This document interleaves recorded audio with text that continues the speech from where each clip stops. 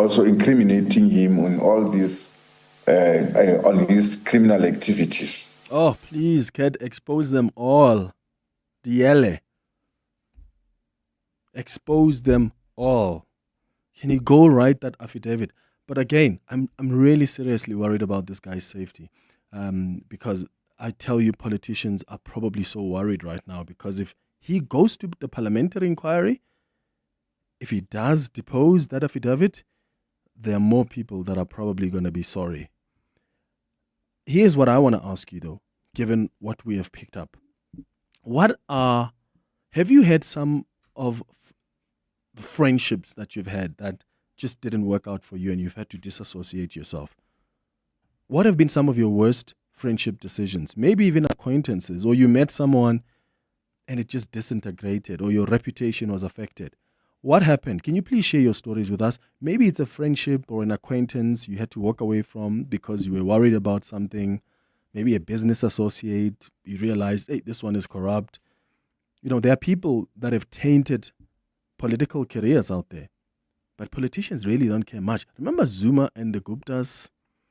Silebi, Agliotti, Malema, Mazotti, Paul Mashatile, Edwin Sodi. Who else? Kenny Kunene and Serge Kabonge and Malcolm X. These associations are there. I can go on and on and on. But most often, they don't care. Do you have friendships that messed things up for you or threatened to mess things up? Or maybe it's an acquaintance. And did you walk away? What happened? Give us a call or send us a WhatsApp voice note.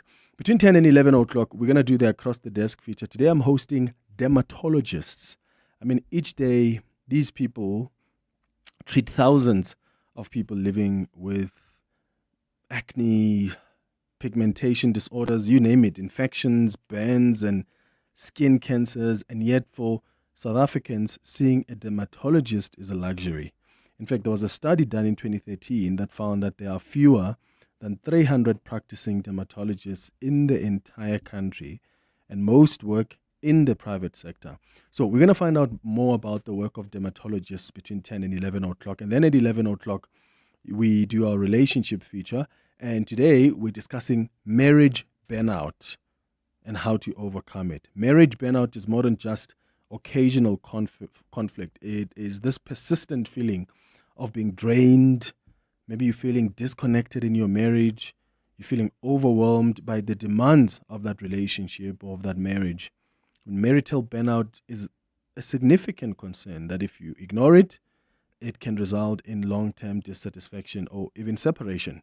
So we're going to have a conversation about that and how you can avoid it or even try and deal with it and overcome it. That's what's coming up on our relationship feature at 11 o'clock. That's the show coming up over the next 3 hours. Clement Manyathela, streaming on the Prime Media Plus app. DSTV channel 856, 92.7 and 106 FM. So there's something that General Mkhwanazi said yesterday during a media briefing around safety, because we're heading into the festive season. And he was warning people to be very cautious of, as they buy stock or you buying cows because you're going to be slaughtering, or a sheep. Be careful, guys. Apparently, during this season, this is when there's a peak in stock theft. And some people actually steal stock and they come sell it to you, probably at a discounted price. And Mkhwanazi says they will come through and confiscate that meat while you are still cooking it. This is what he said yesterday. You rather not host any ceremony. Please, because we don't want you to go and steal somebody's stock because you want to have a party. Stock theft usually is on the rise during this period. So stock thieves makes a fortune during this period, and we see their market increasing. So police will one day seize all the meat at the ceremony. So if we arrive in your ceremony and we find that there's some cattle that's been slaughtered, they don't belong to that family, who can't produce documents of where we got it from, we will empty those pots and we'll take everything. Do not blame us for destabilizing your ceremonies. So they will empty those pots. So honestly, I wasn't even aware that during this period, that's where you see a rise in stock theft. And I want to know, how cautious are you during this period? Because some of you, you get excited, naturally so. I would myself, when someone sells me a cow for, how much are cows these days? I was surprised to learn. Guys, there was a time when cows were when cows 6,000 Rand at some point many years ago. I don't think there's a cow that's less than 10,000 Rand today. I could be wrong. But I don't think there are cows that are less than 10,000 Rand. But back in the day, cows weren't they 6,000 Rand or 7,000 Rand? It's very expensive. So someone comes to you and says, I'll sell you this cow because you are preparing a ceremony. Here's a cow for about 8,000 Rand, and you look at it and you think this is a bargain because ordinarily you'd pay about 20 grand for a cow like that. Be cautious, because that could be stolen. It's not always the case, but Nhlanhla Mkhwanazi says what they've picked up is that during this period where many of us are hosting ceremonies, this is when stock theft is at a rise. So how do you verify then before you buy that sheep, before you buy whatever stock, livestock? How cautious are you? And have you been in that situation where actually you realize that this thing has been stolen? 011-883-0702 is the number to dial. The WhatsApp line is 072-702-1702. Okay, so you're calling from Johannesburg. Good morning. Yes, morning, Clement. Hey, Tada. Yes, I hope you're well. Stock theft, I agree with Nhlanhla Mkhwanazi that stock theft does get rampant over festive season, right? Because everybody's having, festivities, get-togethers, and there's a need for meat. That's why even if you notice, the price of red meat also spikes typically in September. And one of the people that contribute a lot to stock theft is the Chisanyama people who don't want to buy the carcasses from the abattoirs. So instead, what they do, they literally go and slaughter these cattle on the field. So what they'll do, they'll come for your cattle, slaughter them, and then they slaughter them in a most brutal way, Clement, where they cut the tendons of the cattle while it's alive.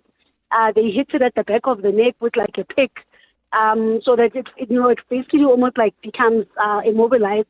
And then they literally carve up the meat of that cattle and leave the head and the hooves goodness. The inside. But they take the meat. So it's really, really bad. People have lost a lot in terms of stock theft. I myself have also been affected over this period by it. And they come for everything. Hey, sheep, cattle, goats. Basically you will be susceptible to stock theft. So Mkhwanazi is right, but one thing about it is that the policing units are very poor, Clement. In our unit, where we are, it's a massive area. It stretches all the way to Phokeng, and I think it's an area that's maybe about 600 kilometers to 1,000 kilometers where we are. And there's only 2 detectives that are tasked with basically being in charge of the stock theft unit. So the stock theft unit doesn't get enough resources allocated to it. So as a result, people are just running amok and just stealing as much cattle as they can, and the cases never get solved. So it's a disaster. Oh man, that's a disaster. It sounds like one, Koketo. And I want to know, if you're listening to us now and you've got Umsebenzi coming up, there's a ceremony that you've been planning.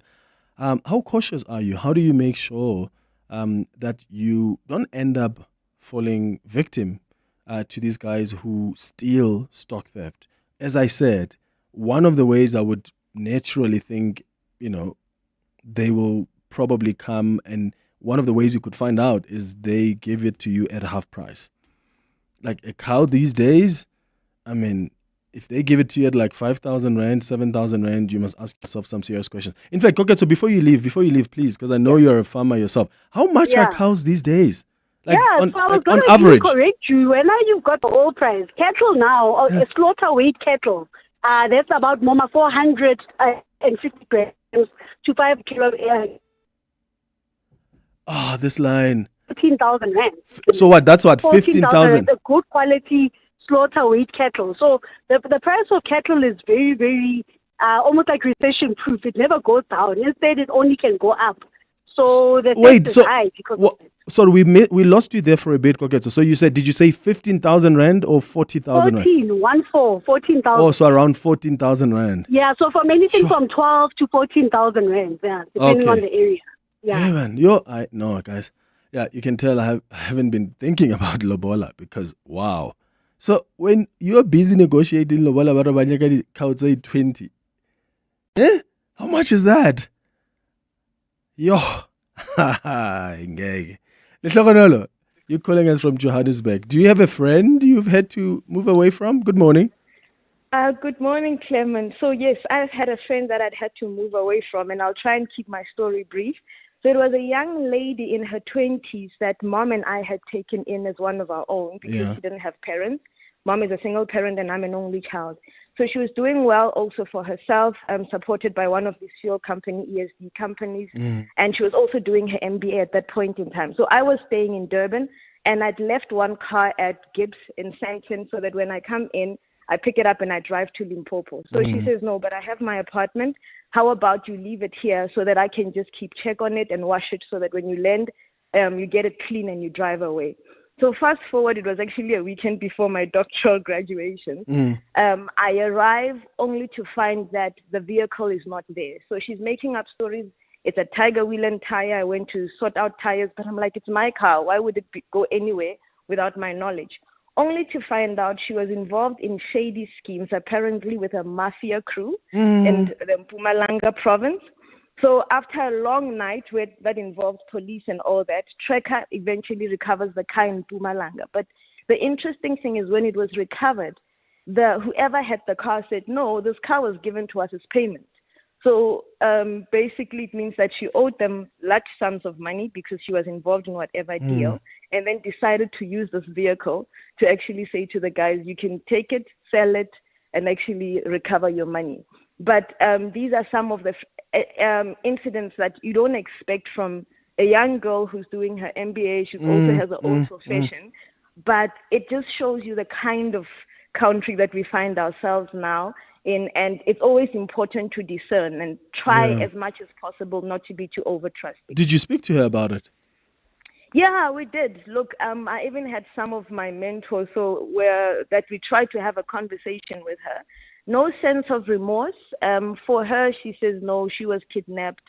But the story on the other end is like, no, this was actually a payment. She gave it to us. Why would we not also hesitate to give the car back?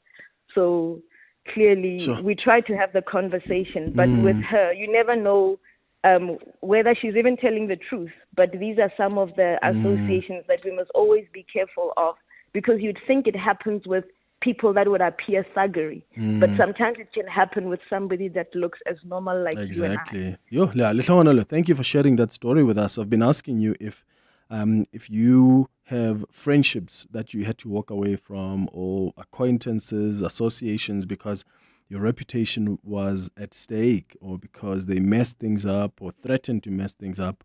Maybe it's an acquaintance for you. Did you walk away? What happened? I'm asking you to share those stories with us, because we're realizing more and more that politicians are associating themselves with these shady characters, and that affects even their political trajectory. But a lot of them don't really give a hoot.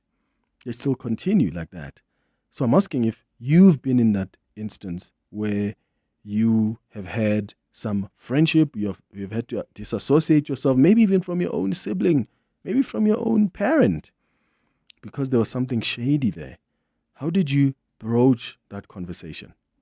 Let's go to your WhatsApps on 072-702-1702. Morning, Clement. I haven't heard about stock theft, but I know people who steal meat. When they slaughter, they come to help you slaughter, and then they pocket some meat, or they if it's a whole cow, they take a whole portion of a cow and then put it in a plastic bag and throw it over the fence, and then come get it later or something.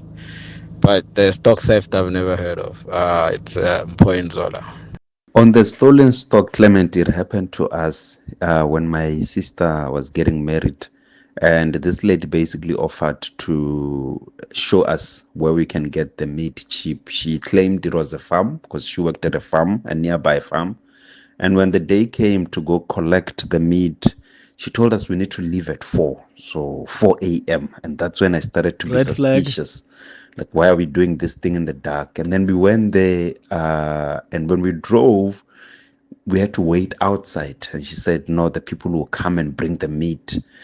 And then I knew that this was some illegal thing and that the meat was stolen, and was not happy at all. So we ended up not getting the meat because, of course, we were scared of what would happen to us. Oh, wow. Hi, Clement. Hi, team. So with this theft of livestock, it's so serious. It gets crazy. Like, it gets crazy. I remember I had a friend. I didn't know at that time. He was stealing with his own car, like a Beamer, like livestock, stealing sheep and putting them in his car and driving all the way to Mpumalanga. Okay, we're no longer friends anymore. But like, these things happen, and they happen almost every day. They happen during, like, at night. There's an old man I know from the farms of Vryburg. They went in and slaughtered 10 of his cows and left them there. Like, it's so sad. It happens everywhere. The side of Rustenburg, where there's so many villages, they go there because these villages are unguarded. Most of the people are old. They work with the shepherds. So it's crazy and it's so sad. I mean, every day, like, on my side, we even installed cameras in the farm, and it just get crazy. And yeah. Aibo, this is wild. Your friend just what? He's driving on the highway, sees a sheep, parks the Beamer, and runs after it? How does he do it? But this thing is wild. I remember my grandfather, during his last days before he passed, he was actually not okay because he had lost so many cows. He had lost so many cows, and he used to always talk to us about the cows, because every time we used to go visit him over the holidays, we used to go look after the cows. And there was a time when they stole a significant number of the cows, and he was so depressed. You could just tell. And he used to talk about it to us all the time. He used to want to actually leave the house to go look for them. And he was so frail and so old. We always had to stop him. So that thing leaves, the owners of this livestock, quite disheveled when something like that happens. It's 9:31. Let's get the latest in Eyewitness News headlines. You're so high. You missed the disclaimer where she said we're no longer friends. I would have loved to hear I went to the police and reported him. But that's a good thing when a listener, at least you're no longer friends with this person anymore. Thanks, Clement. Good morning. In the headlines, a suspect charged with the shooting of 7 teenagers in Westbury will appear before the Johannesburg Magistrates Court this morning. The 20-year-old was arrested at a school in Diepkloof, Soweto, after writing his matric exam this week. 2 teenagers died and 5 others were injured when gunmen opened fire at a suspected drug den last week. Donald Trump's decision to reduce the number of refugees into the U.S. and prioritize white Afrikaner South Africans is seen as a move to accept people he wishes to stay in America. The U.S. president's new policy says he will welcome 7.5 refugees, down from more than 100,000 a year. A White House memo states that majority of those being accepted will be white South Africans and other victims of alleged illegal or unjust discrimination in their respective countries. And the death toll from Hurricane Melissa has risen to nearly 50 people. A study by Imperial College in London says the storm, one of the most powerful ever recorded, was made 4 times worse or more likely because of human-caused climate change. Bermuda is still experiencing tropical storm conditions and is under a hurricane warning. And those are the headlines. This EWN and more at 10 or as it happens. EWN Traffic.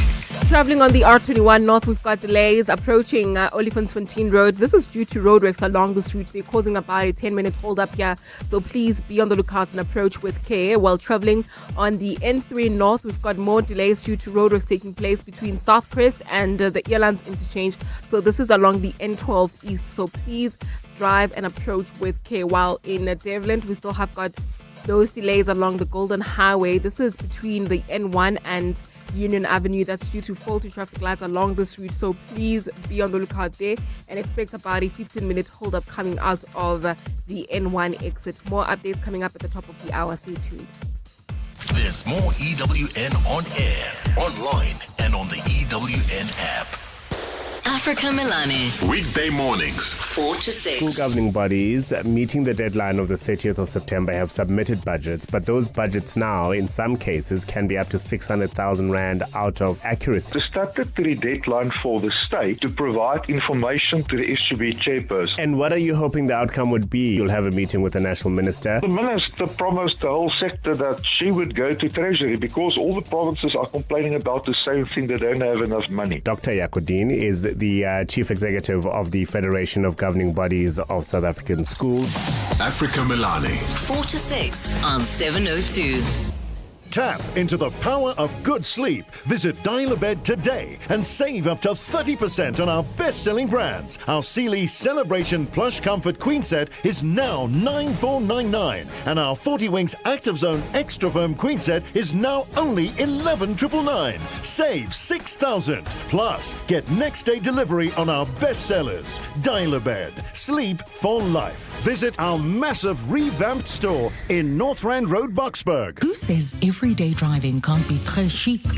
Rent premium with Sani Sixt now. Own the stylish Citroen C3 later. Yes, that's 3 cars, 3 months, 3 chances to say ooh la la. Just book directly on sani.co.za. Call us or rent at any branch between 1 November and 31 January, and you're automatically entered into the draw. Bon voyage with Sani Sixt and win. T's and C's apply. Ask yourself, what matters most? Is it being there for their first steps and still around for their first dance? Knowing you're not just covered, but cared for. Bonitas goes beyond benefits and claims. We're in your corner for what matters most. Bonitas. Medical Aid South Africa. Voted #1 medical aid in the Ask Africa Orange Index Awards for the 2nd year running. Visit bonitas.co.za and find your plan. Big dreams, small budget? No problem. With Prime Media Credit, your business can be on 947, 702, KFM 94.5 and Cape Talk today and pay later. Flexible finance, maximum impact. Email advertise@primemedia.co.za. Prime Media Credit, powered by Bridgement. In business today, staying connected and efficient is everything. Vodacom Business is helping companies communicate, collaborate, and grow with smart, reliable solutions. Today from 3 p.m., catch the afternoon drive with John Pellman as he chats to Vodacom Business about how they're helping companies work smarter and stay ahead in a fast-moving world. Only on 702. Let's walk the talk. Your voice. Your station. Your open line. Walk the talk with Clement Manyathela. On 702. 23 minutes before 10 o'clock. This is the 702 open line. Every Friday we do Gratitude Friday. So please let us know what you are grateful for this week. I've been asking you about friendships, associations you have had to walk away from because you realized that something dodgy was happening or your reputation was being affected. And I'm asking that in the context of the associations that are consistently being revealed, even at the Madlanga Commission, between these alleged criminals and the politicians. Do you have like those friendships? Or maybe you've had to disassociate yourself even from your own sibling or parent. And then the issue of stock theft. I'm receiving lots of voice notes around that. A lot of you are talking about how affected you have been, but I'm asking how cautious you are as well during this period as we enter the festive season, because a lot of us have ceremonies planned. Some of us, have to slaughter something during those ceremonies. How do you make sure that you don't end up buying stolen livestock where it's given to you at a discounted price? I mean, someone sent a message on the WhatsApp line and says, Clement, let me find it for you. Said, Clement, there's a place where you can get cows for 6,000 Rand. Oh, there. Sesh says, hi, Clement. There's a place on your way to the northwest. you can get a cow for 6,000 rand? Yeah, I would start asking some really serious questions about that price. AB, you calling from Pretoria. Good morning. Hello. Hey, How are Tada. you? Sure. I'm all right, man. Go ahead. Good. Clement, I wanted to talk about the dangers of people buying meat from stolen cattle. In my experience, they stole my cow. It was sick in the bush, not far from the village, and I was treating it with various medication, and it was stolen. They took the whole carcass. They only left muswang. I don't know what it is in English, but you know what I'm talking about. So I just found that muswang in the bush, and they took the whole carcass, everything with the leather, the head. The danger with that, whoever bought that cow of mine has a danger of consuming meat that was treated with various medication, and there is a withdrawal period of about 21 days plus. So people are sick today, and we don't even know what they're sick of, because people are consuming meat that has been treated, and they don't care, Clement. If somebody comes with a whole cow for 6,000 rand, they will buy it because they want to save money. So I wanted to point out the dangers of buying that meat. We reported the case to the police. They came, they took a statement. Clement, even today, they haven't opened the case. They haven't come to us to say what was happening with the case. So the case was never opened. To this day, it's over a year now, actually close to 2 years now. And the police are not telling us anything. Oh, man, AB, sorry to hear that, man, but thank you for raising this, because I think that's also an important element. The dangers of buying meat whose origins you don't know. You might be getting a cow that has been given all sorts of medications, that is sick, and all of that information is important, right? Anybody who buys a cow always wants to know the state of the cow, even the health status of the cow. So sometimes just rushing to get that cow or that sheep cheaper because you're trying to save money, there are dangers associated with that, because you could be bringing all sorts of things to yourselves. Let's go to your WhatsApps on 072 702 1702. Morning, Clement and the team. I hope you're well. Yeah, on stock theft, I have this lady who works for me. She used to work for the lady who does catering. That lady always buys, she has suppliers that are people who steal sheep from the farms somewhere in the Val. They are known. There are known people who steal and supply the caterers or whoever needs meat at the time. They sell the sheep at half price, 600 to 700, depending on the size of the sheep. So immediately they deliver, because they are already expected to be delivering. They would quickly close the gate, every gate, quickly slaughter. It does not take minutes. The sheep is delivered and it is slaughtered. It's slaughtered already. Yeah, that is how it goes. So that lady, she never goes to the shop to buy meat. And just imagine how much she has saved. If she buys from those guys, they get arrested, they come out, they get arrested. They're already known that they're busy on stock theft. So their biggest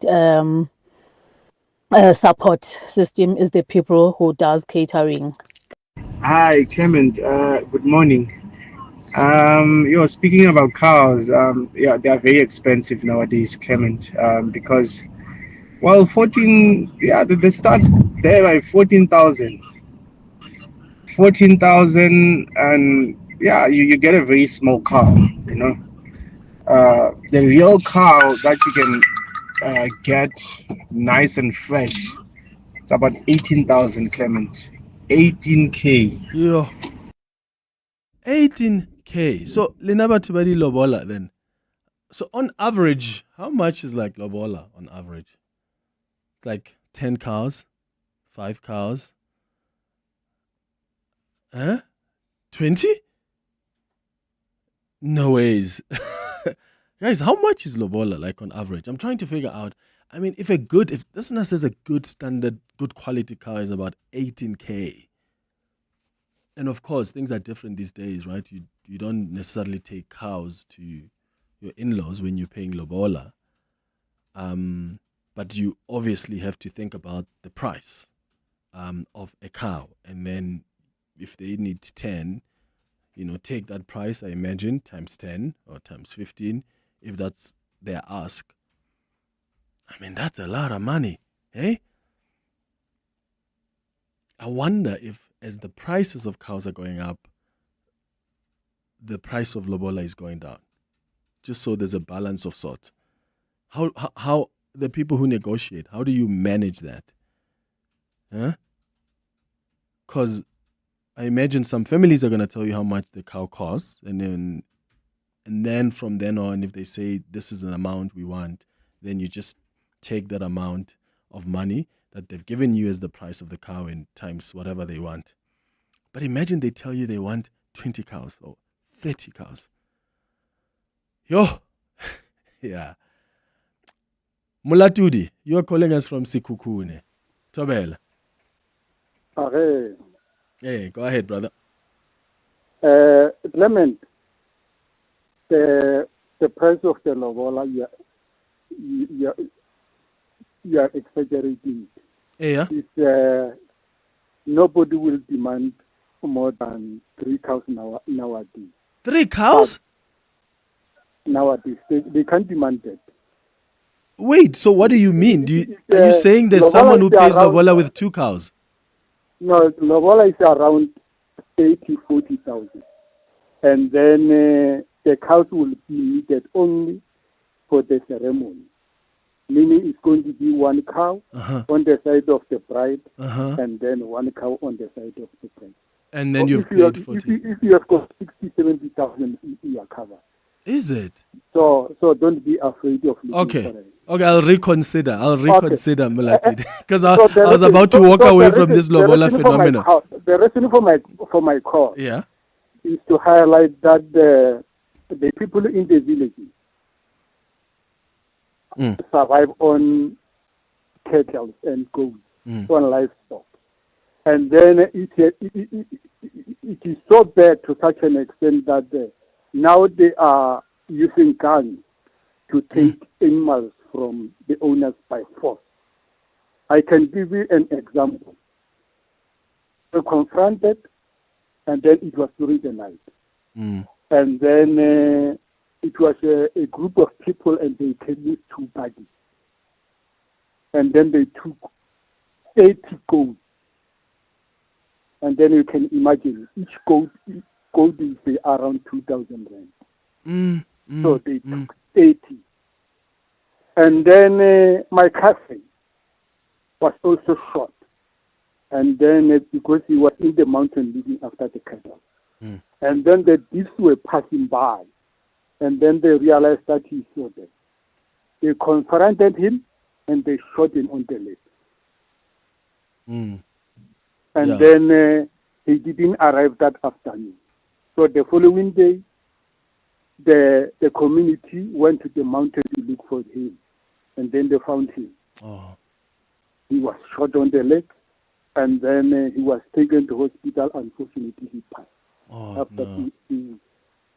So it's bad, Clement. It's bad. And then there is no way that the police will be able to help the community because they are only few police.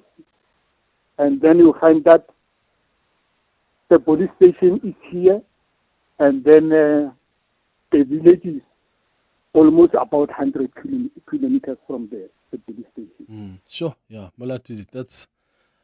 Yeah, sorry to hear about that. I mean, that's hectic. Someone now gets shot. Like, is that how far it goes? So they'll go even after an assault, inflict pain on the people who are looking after the cows or who are owners of the livestock. This is crazy, eh? It's 12 minutes now before 10 o'clock. So I see that I'm getting a lot of messages now about this issue of lobola because clearly there's no alignment. Matume on the WhatsApp line says, Clement, I paid lobola 40,000 rand. It was just 4 cows because I married a virgin. Is that still a factor these days? Or maybe it was back in the day, hey Matume, I imagine. But I mean, in these days, like, imagine a family that's going to be confident enough to say to you, where do you begin that conversation? I don't imagine, like, I've got a sister, right? I don't imagine her partner coming to the house and we say, hey, she's a virgin, therefore we want 25 cars. I don't know that. And I don't care that she tells me that. I don't know that. So how do you even determine that?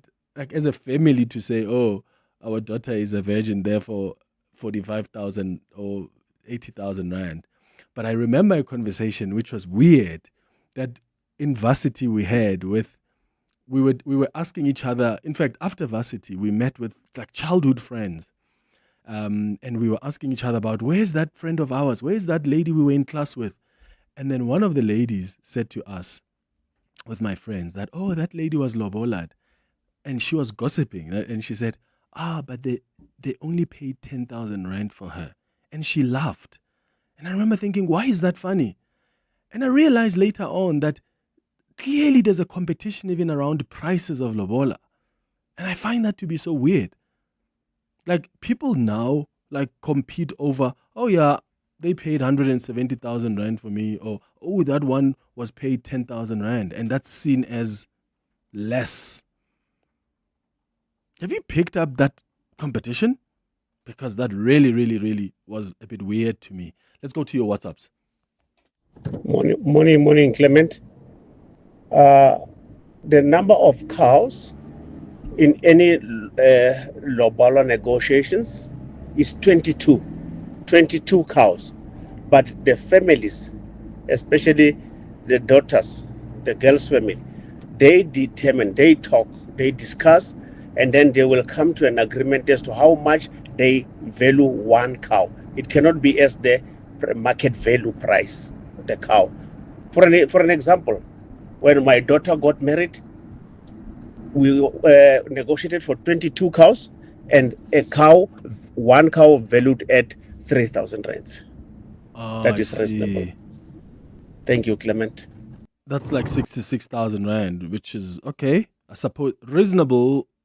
22 cows reasonable when the cow then is valued as valued at 3,000 rand. Okay, got that.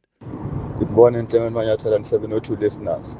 Regarding the lobola negotiations and the cow, normally they do not charge the actual price or the going rate of the livestock. They decide that a cow in their instance will be 2.5, for example.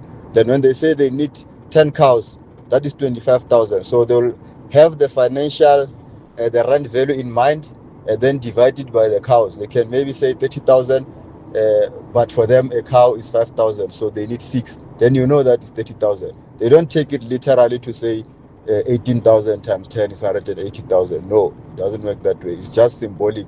Nowadays it's about cash, dollars. Then you just divide and convert. Normally it will be 2.5, 3,000. When they are a little bit more expensive, maybe 4,000 per cow. Thank you. Oh, that's better. That's great to hear, guys. Because I used to think that they determine it based on like the market price, like how much does an average cow like costs today. Good to hear that then it's determined differently. Doctor, you're calling us from Alberton. Good morning. Morning, Clem. How are you? Sure, man. All right, Clem, let me help you out regarding the lobola negotiation. So that you know, you mustn't teach our son this bad habit of you pay a cow for a 2005. How much can you get for a 2,500, Clement? How much? You're gonna get very less. So for us, in my place, we normally charge 16 cows. At the market price of a cow. Yeah, this is where it gets tricky, and you have to be clever about it. Nah? Very recently, someone came to our house and then wanted to pay lobola. 3 old men. Then we sit down. Then I asked them, guys, maybe before we talk, because we're gonna talk about cars, please go to 3 places where they are selling cows. Then the guy said, okay, fine. If you know, you don't have to go there because we know the cows is 16,000, 18,000. The good cow is 20,000.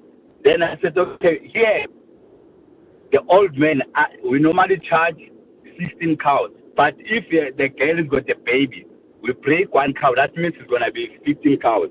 So then we multiply by that.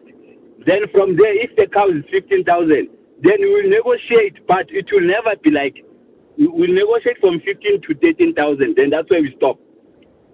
Okay. And so you guys would still want 16 cows at that price of a cow? We'll give you a discount. Let's say the cow is 15,000. We'll give you a discount of 3,000. Then the one cow is 12,000. And the mother's cow is going to stay on a high price. Yeah. Yes. Are you, are you Xhosa, doctor? No, I'm in Kosi.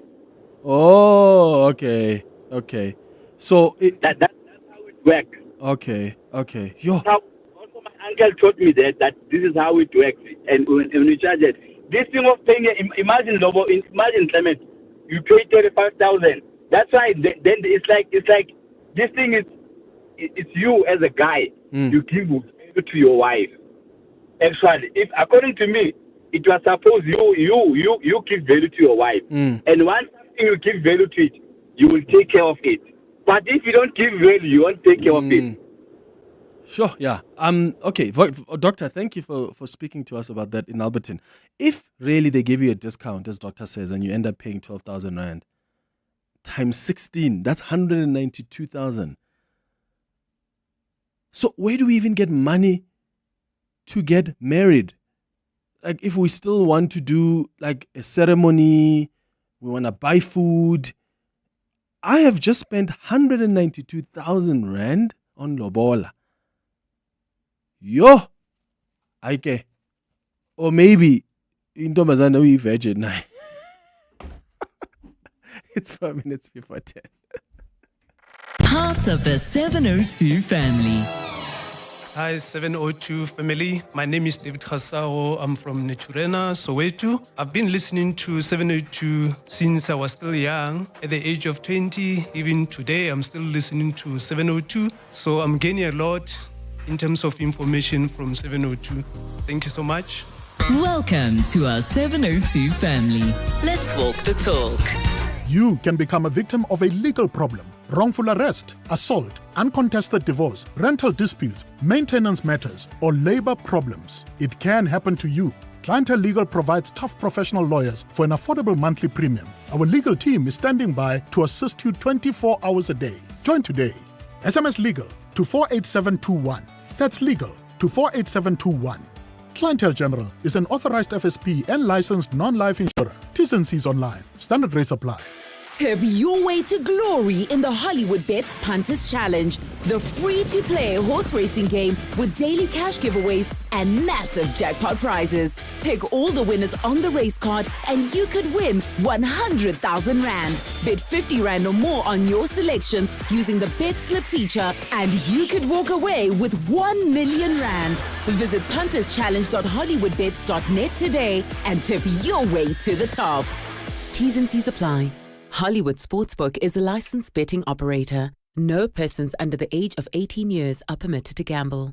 Winners know when to stop. South African Responsible Gambling Foundation toll-free counseling line 0800 006 008. Have you got something to celebrate with friends and family? Pesto Princess has authentic butter chicken curry sauce that makes feeding a crowd simple and affordable. Just add chicken or veggies, simmer and serve. Find all our fresh cooking sauces at Spar and Checkers or visit pesto.co.za. Pesto Princess is celebrating too. 25 years in business. I'm Kathleen, the founder, and your support means the world to me and my team. The G20 Summit coming to Johannesburg is a stepping stone towards a brighter future for the city. Josie My Josie has launched the Babize Bonke campaign to shine a spotlight on some of the extraordinary champions who are reshaping Johannesburg from the ground up. My name is Yumna Bukas, community activist based in Bertrams. I transform bad spaces in the community into productive vegetable gardens and provide provide for local soup kitchens, schools, and the needy. Josie My Josie is making the invisible visible, giving the voiceless a voice. It's a movement for the people, by the people, creating a city that we can proudly call Josie My Josie. Come see how Josie does it. A city that's alive, ready, and rising. Prime Media and 702 are proud sponsors of Josie My Josie. Josie My Josie's Babize Bonke champion Mama Yumna will be interviewed on Weekend Breakfast by Gugs Mhlungu just after 9 a.m. on Saturday morning. Clement is on X At The Real Clement M. All right, so we are heading up to the news now at 10 o'clock, after which we'll have a conversation with dermatologists. We're hosting them on our Across the Desk feature this morning. Want to find out more about their work. So if you've got questions, maybe your daughter, your son wants to be a dermatologist and you're wondering what you need to do, what subjects to consider, should you get into it, what's the toughest thing, what's the most challenging, what's the most rewarding thing about the job, well, we'll find out after the news on our Across the Desk feature. It's 10 o'clock. This is EWN. Good morning, I'm Sfiso Zulu. A suspect charged with the shooting of 7 teenagers in Westbury will appear before the Johannesburg Magistrates Court this morning. The 20-year-old was arrested at a school in Diepkloof, Soweto, after writing his matric exam this week. 2 teenagers died and 5 others were injured when gunmen opened fire at a suspected drug den last week. Police spokesperson Brenda Moridili. Investigations are ongoing to track down the remaining suspects. 2 of the 5 injured victims have since been discharged from hospital. The SAPS urges the public to assist in the investigation by providing any relevant information to the Crime Stop number. Gauteng Premier Panyathela Show says before launching the Crime Prevention Wardens program, he had asked the South African Police Service to deploy an additional 10,000 officers to the province. Lesufi believes one of the main reasons crime remains a challenge is the shortage of police visibility. The Premier introduced the Wardens in 2023 to help address street-level and petty crimes, but the program was disbanded last week after it was found to have been established without legal authority. Alfara Mushwana reports. Gauteng Premier Panyathela Show says he established the Crime Prevention Wardens as a Plan B after the South African Police Service declined his request to deploy 10,000 additional officers to the province. He says he had informed then Police Minister Bheki Cele that the officers' salaries would be covered by the Gauteng government's budget and not that of SAPS. When my offer to have 10,000 policemen paid by us as a provincial was declined, we have to go to Plan B. Because all these resources are there now. The cameras are there, the helicopters are there, the CCTV cameras are there. But you have this thing that you don't have foot soldiers that can respond. Lesufi says his sole intention was to improve police visibility. He claims to have approached both the Justice Minister and the Police Minister, arguing that the law permits the establishment of such a unit.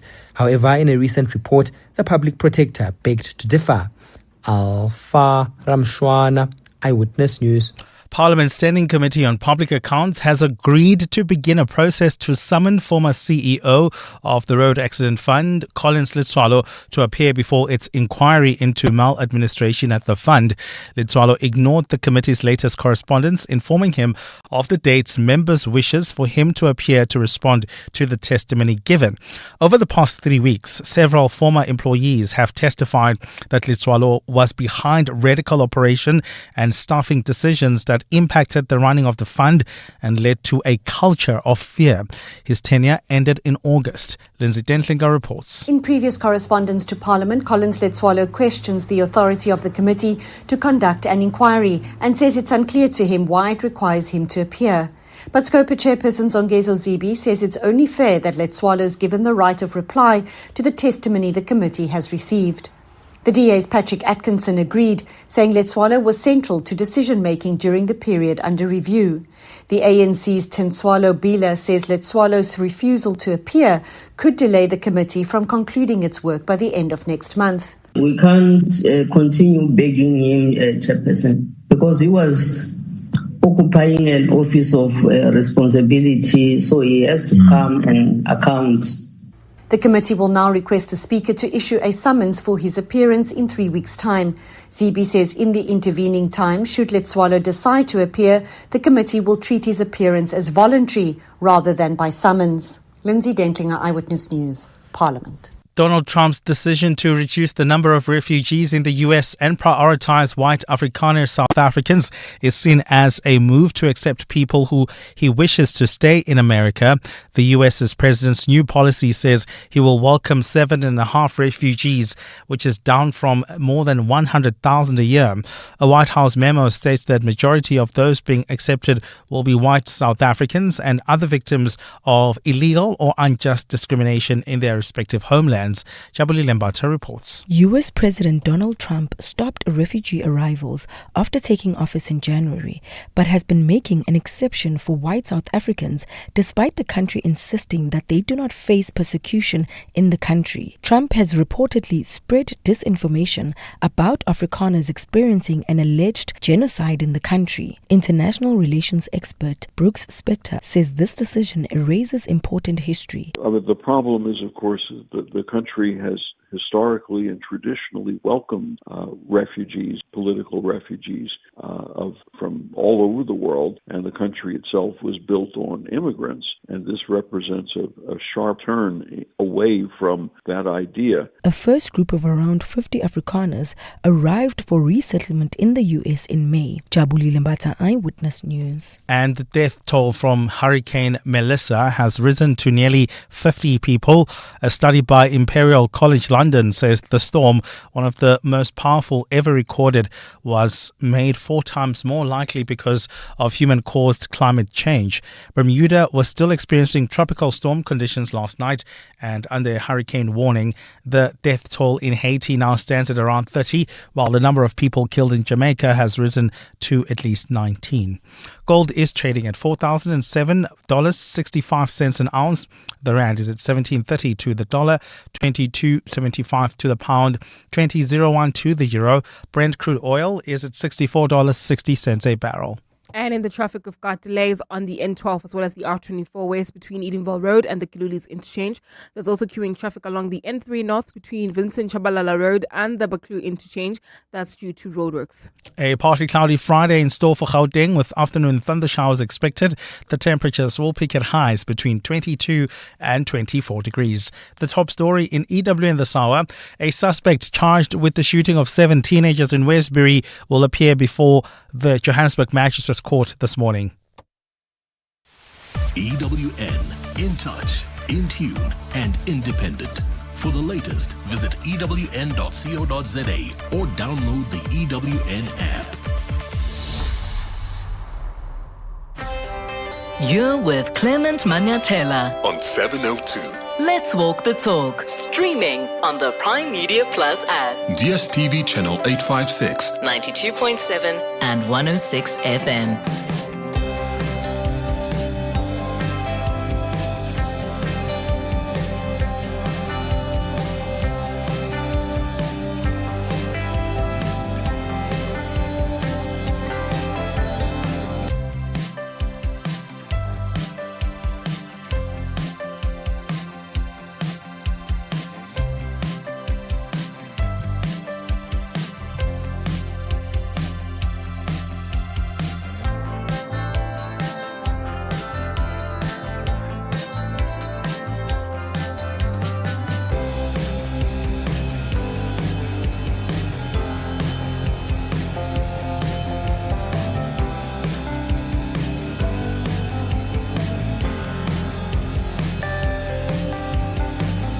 8 minutes after 10 o'clock. Dumelang, welcome to the second hour of the Clement Manyathela Show. Thank you for staying with us here on 702, and thank you for all of your messages on the 702 open line.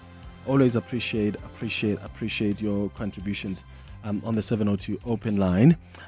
Remember, at 11 o'clock, we're going to have our relationship feature, and today we are tackling something that's not being spoken about a lot. They call it marriage burnout. So what is that, and how do you overcome it? So that's a conversation we're going to have at 11 o'clock. But right now, we start with our Across the Desk feature. Across the Desk with Clement Manyathela on 702. And on our Across the Desk feature this morning, I'm hosting dermatologists, and I've invited them so we can find out more about the work that they do. What's the most challenging thing? What's the most rewarding thing? This is what we do with our guests who come on our Across the Desk feature from all the different professions we've hosted on the show before. So let me introduce you to my guests this morning. And remember, you're welcome to join this conversation. You can call if you've got a question. Maybe you are in the industry yourself and you want to share your own experiences. You can do so by calling us on 011-883-0702. The WhatsApp line is 072-702-1702. We've got Dr. Irshad Essack, who is a dermatologist here in studio with us. We also have Dr. Ayesha Omar, also a dermatologist. Dr. Essack and Dr. Omar, thank you so much for coming through. Good morning. Good morning. Thanks for having us. Good morning. Thank you for having me. So, I always start off when we do Across the Desk by asking my guests, how did they become what they are today? So for you guys, have you always wanted to be a dermatologist growing up? Did you even know what that is? I did. Funny enough, my dad is a dermatologist. So he played a big role as a mentor in my life. And it seemed like a very, like a sort of easier type of a speciality to be in, being a mum with children at the time. So that played a big influence and a role in decision making for me. Was there anything though that influenced your decision later on? Like, what was it that said to you, actually, this is what I want to study? Did it fascinate you then when you were young? It did fascinate me, but I think being a mum with two little children working as a doctor, I needed to, I was looking for something that would be easier to bring up my kids and enjoy the profession without having the grueling after hours and not being a slave to the profession, but rather enjoying it and giving back to my patients, but also my family at the same time. Yeah. And for you, Dr. Essack? If you ask me as a child, my response would be, I didn't think of becoming a doctor in the first place. Somehow I entered into medicine, and even through my undergrad training, I didn't actually pay much attention to dermatology. Dermatology was relatively a smaller portion of our undergrad training, and I didn't really pay much attention to it as a speciality. And even post community service and into private practice, I still at that point in time had my sights set actually on pediatrics. And I had joined an academic institution, and I did a fair amount of pediatrics. And as Ayesha was just mentioning that you also want to look at your quality of life in terms of you as a doctor and a person who's a member of a family as well. And pediatrics was quite time consuming, although I enjoyed especially the neonatal part of things.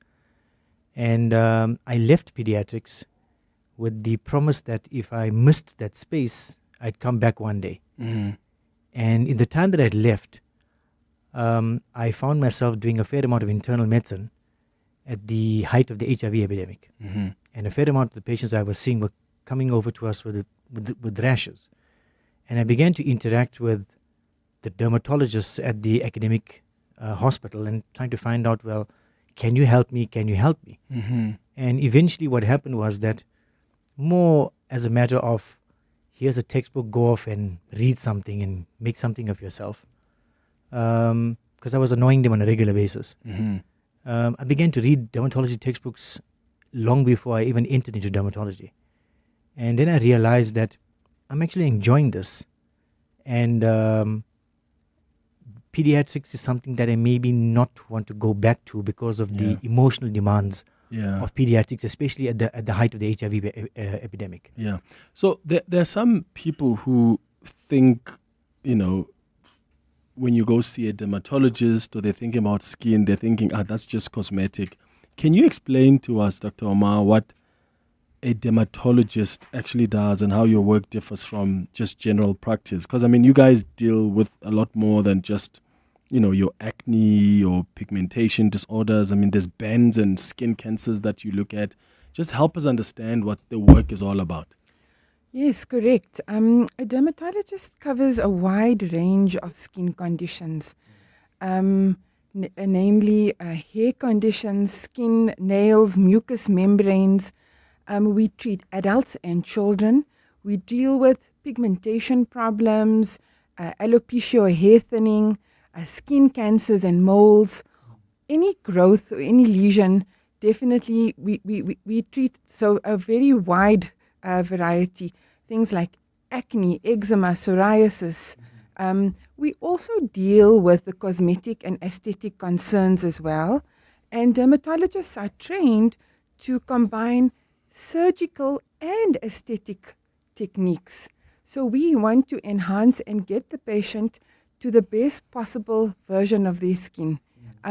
We treat the medical problem and then we try and improve them to the best version of themselves as well.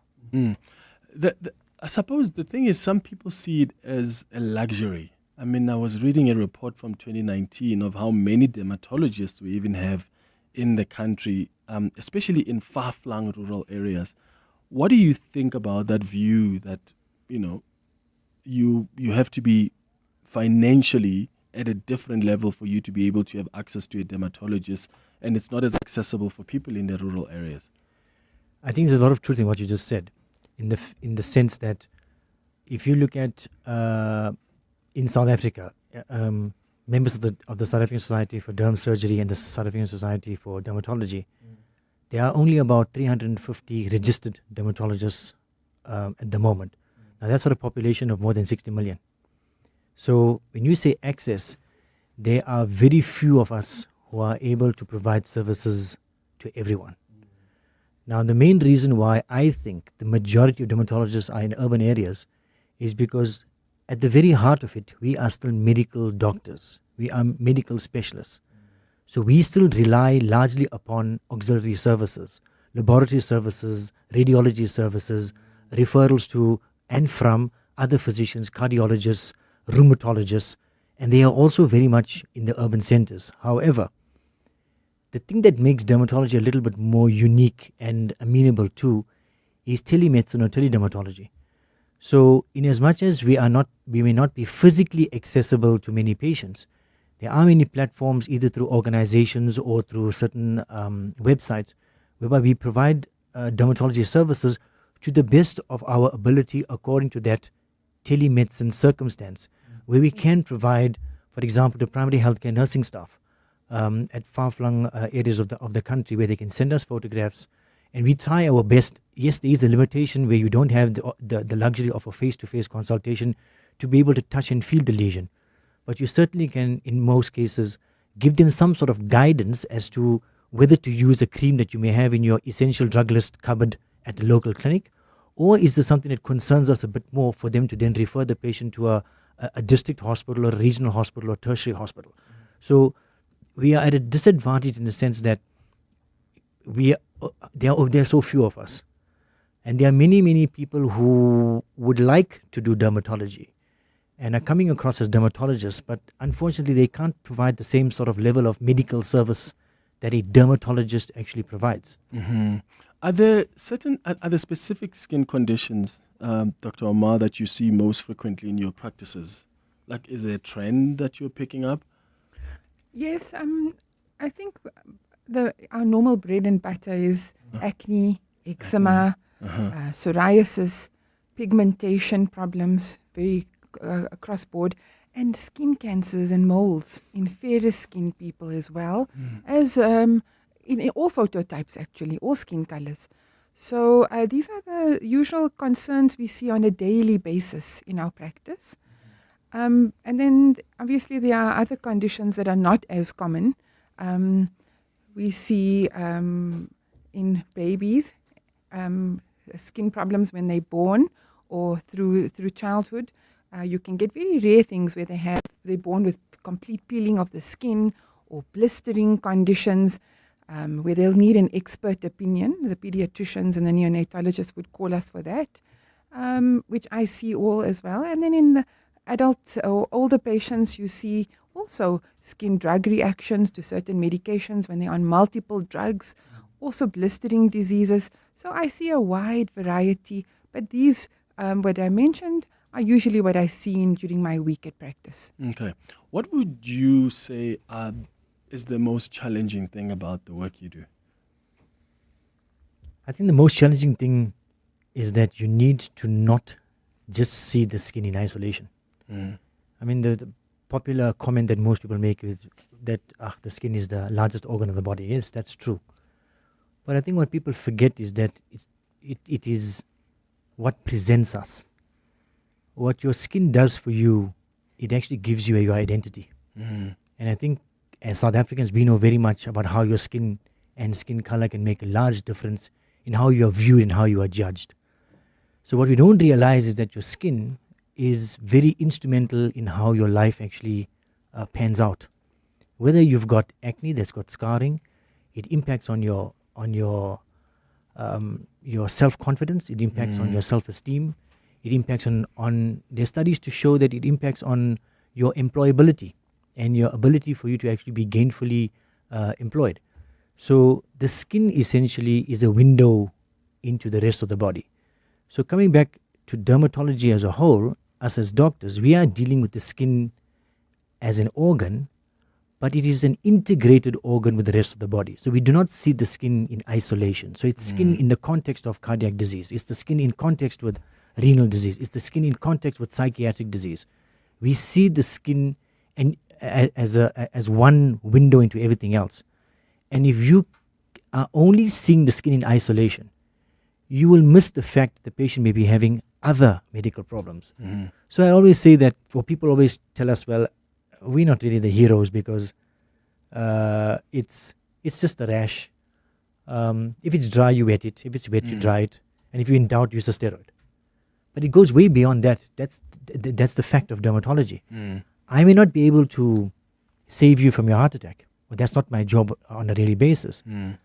But if you come to me with certain skin conditions, and if I have the index of suspicion that you may be having cardiac disease, where there is a problem manifesting on your skin, or a kidney disease, or a rheumatological disease manifesting on your skin, I could be the one who's going to point you in the right direction, put you into the hands of another specialist colleague who can assist you with a more life-threatening problem. And the most rewarding? I think to see patients' improvement in overall quality of life. Be that a little child who's battling with some sort of blistering disease, where you can assist the child, thereby assisting the mother and assisting the parents. Whether it's a problem with, and children do get skin cancer too. So whether it's a child, for example, with albinism, or a child with a blistering disease, where you are giving advice to see that improvement in quality of life. And I think for me, when it comes to children, maybe I just got a softer spot for them because I always like pediatrics. The thing that we very much underestimate is the debilitating capacity of an itch. We don't realize that. And if you've got a 3 or 4 year old at home who's, for example, scratching themselves to death from an eczema, that child who's scratching will disturb their sibling in bed. The sibling doesn't sleep. The child doesn't sleep. The parent doesn't sleep. So the next day, the older sibling then has got a problem when it comes to their productivity at school. The parent hasn't slept the whole night. The next morning, they are troubled at school, at work. They can't be productive. And the poor child themselves may be subjecting themselves to infection. So when you are able to change that, and you may just be looking at it from a patient point of view, but you have a positive impact on the entire family. Dr. Omar, what about you? What's the most challenging thing about being a dermatologist, and what's the most rewarding thing for you? Okay, so I'll pick up where Irshad left off. I agree with what Irshad is saying. You know, when I treat my little eczema patients, being a mother also, I'm very empathetic towards children. And on that first visit, covered in bandages with a bad odor, and the mum in tears, helpless, they don't know what to do next. The oversupply of products on the shelves, they've tried everything, exhausted, sleep deprived, financially, it's just too much and an overburden. But just simple techniques, simple advice, a little bit of a start and a plan, and one can improve them dramatically. I mean, the little girl made me a little beaded bracelet and she dropped it on my desk. She gave me a hug. Oh. And that was just enough for me. My heart warmed and I said, actually I am making a difference. We doubt ourselves often, but small things make a huge change in the quality of life, in the impact in that child. They can go back to school. Their friends don't pick on them anymore. They're not scratching with rubbing their eyes, peeling skin. It really, these are huge things in an individual. Whether it's a child, an adult, it affects everybody.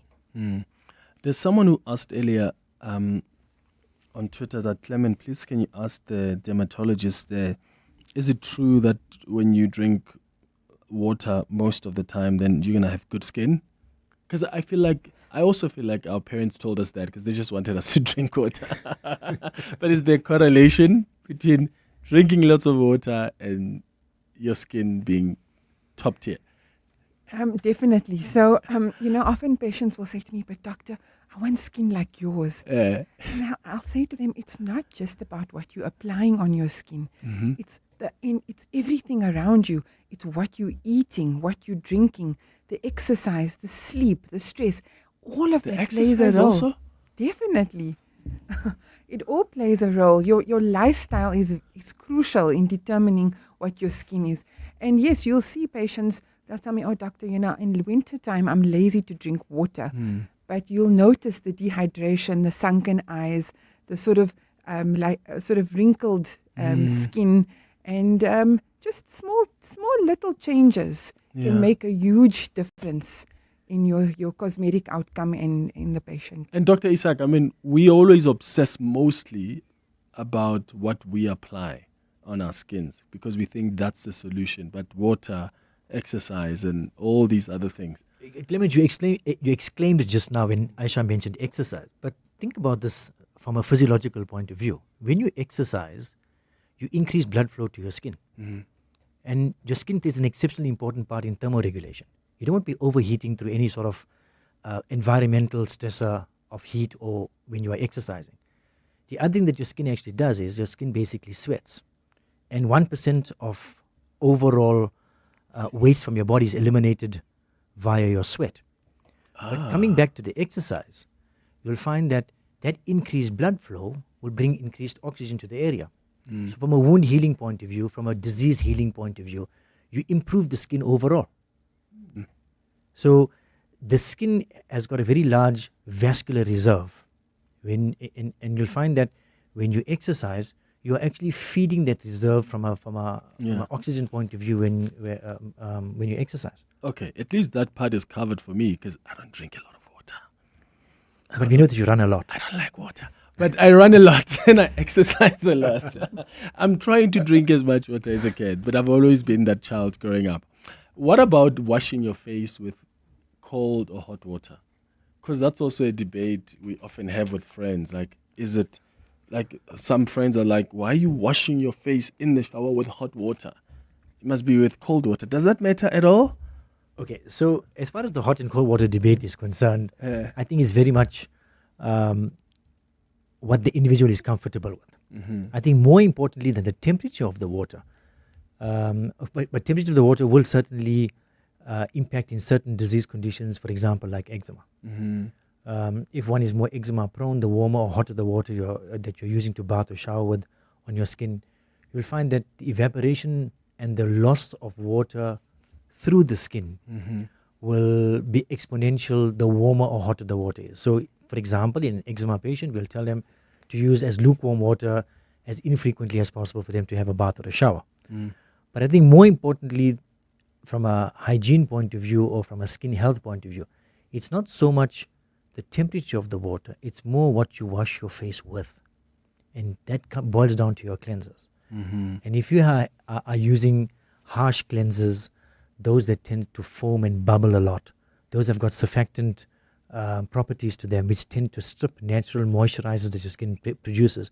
And you see there's a lot of this song and dance on social media at the moment about replacing elements in the skin like ceramides and squalene and that type of thing. There's lots of products that are out there at the moment, and they are very much focused towards repairing the skin barrier. And harsh cleansers, what they do is they break down that skin barrier. When they break down the skin barrier, many things happen. One is exacerbated water loss. And the other thing is that you then allow bacteria, fungi, viruses, germs that generally live together with you on your skin. They didn't get the chance to get into the skin, and they also drive inflammation. And that is essentially the initial first steps of most pathological disease on the skin. So when you have cleansers that actually break down the barrier, that becomes more of a problem. And overwashing is also a problem. Because every time you wash, I mean, some people will tell you, well, I think I've got blackheads, and blackheads may be as a result of me not washing my skin because I've got these black dots on my skin. So overwashing tends to further accelerate the breakdown of that particular skin How do we barrier. determine overwashing though? So ideally, in most cases, twice a day washing with a blend cleanser is more than adequate. Okay. I just want to say something. If my teenagers wash it all, that's also good, because some of the guys, the boys especially, don't wash it all. So just get water on the face. That's true. That's it. That's good In enough. and out. That's funny. All right, we're going to get the latest in Eyewitness News headlines. When we come back, we'll continue this conversation with my guests. I'm hosting dermatologists on Across the Desk this morning. We've got Dr. Essack, we've got Dr. Omar as well. I've got your questions coming through here on the WhatsApp line, your calls as well. So after the latest in Eyewitness News headlines, we'll come to your calls on 011-883-0702, WhatsApp's on 072-702-1702. Sviso, good morning. Thanks, Clement. Good morning. Joburg Mayor Dada Morero has admitted that the upcoming G20 summit is being used as a catalyst to provide service delivery and clean up the city. Morero says this is done through weekly operations through a program which is aimed at restoring the dignity of residents by improving their living conditions.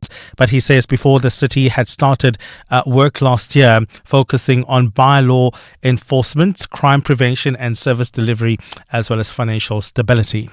Parliament's Standing Committee on Public Accounts has agreed to begin a process to summon former CEO of the Road Accident Fund, Collins Litswalo, to appear before its inquiry into maladministration at the fund.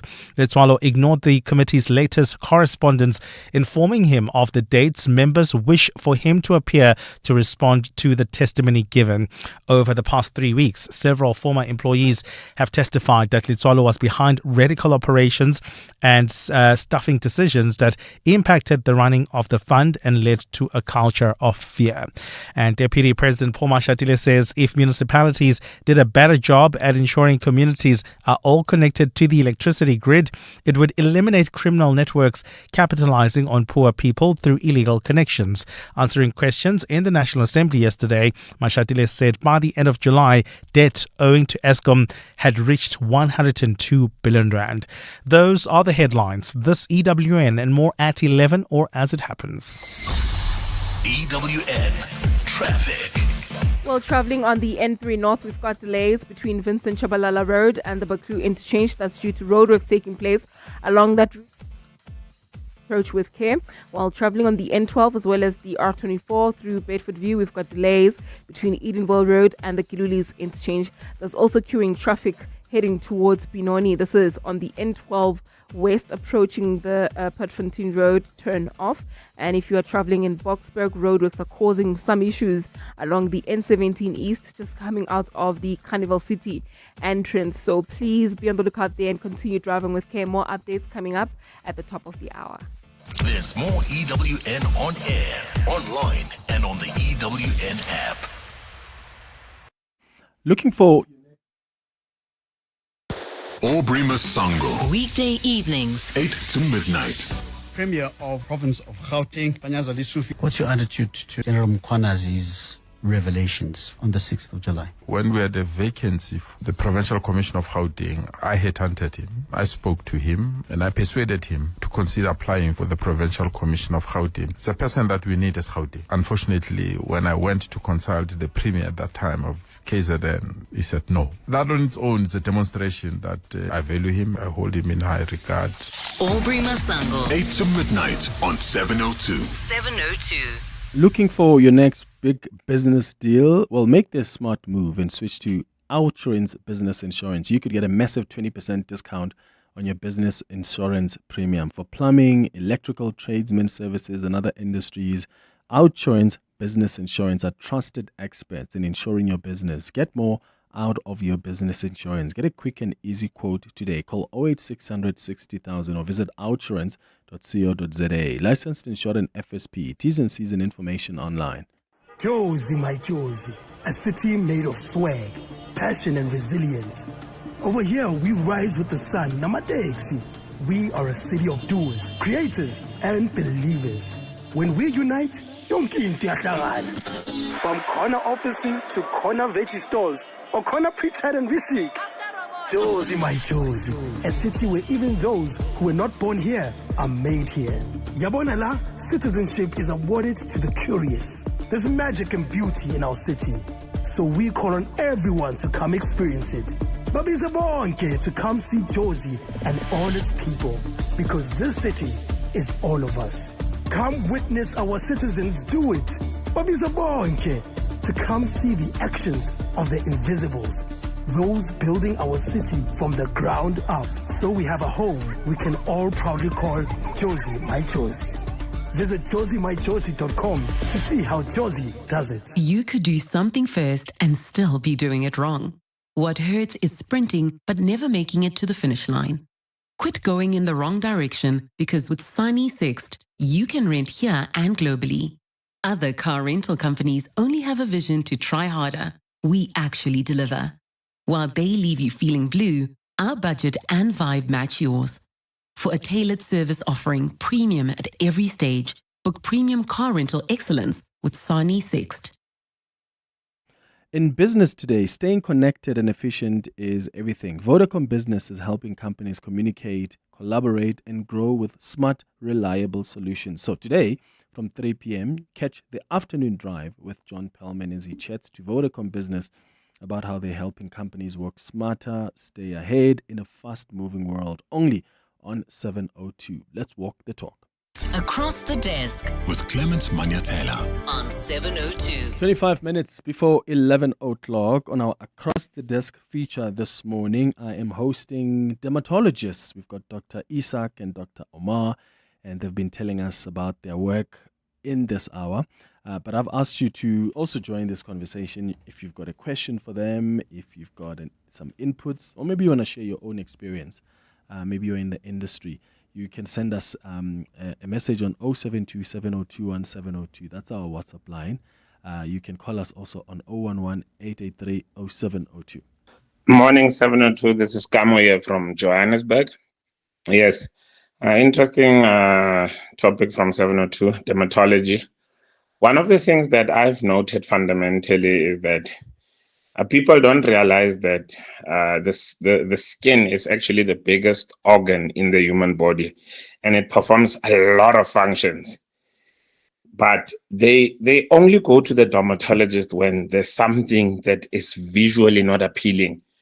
And I think my question is, should people be going to dermatologists irrespective of skin problems or these things that are visually not appealing, because that's what prompts them to go to a dermatologist? Are we supposed to be going to a dermatologist annually just to do a checkup, or what would you recommend?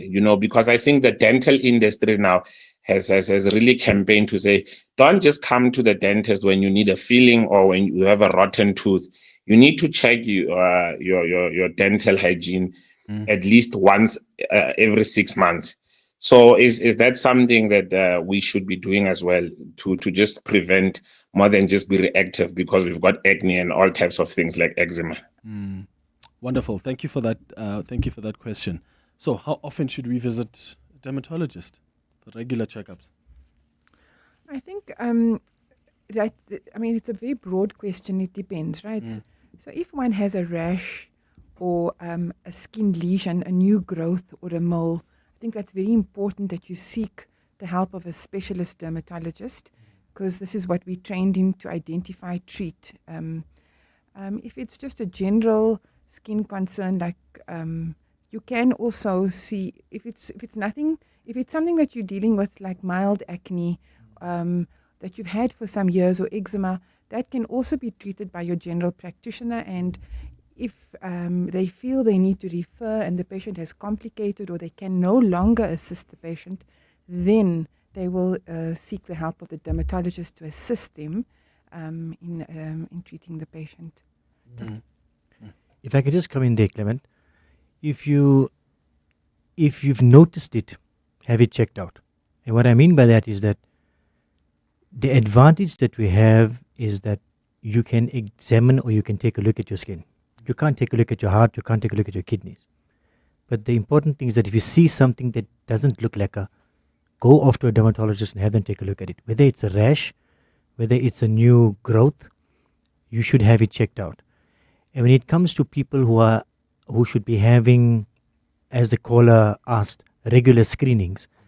So if you've got somebody who's got a family history of skin cancer, particularly non-melanoma or melanoma skin cancer, I think it would be worthwhile that you have yourself at least examined once, and then once a dermatologist takes a look at you and decides whether you are somebody who is further at risk, then follow that dermatologist's advice in terms of frequency of further surveillance and screenings.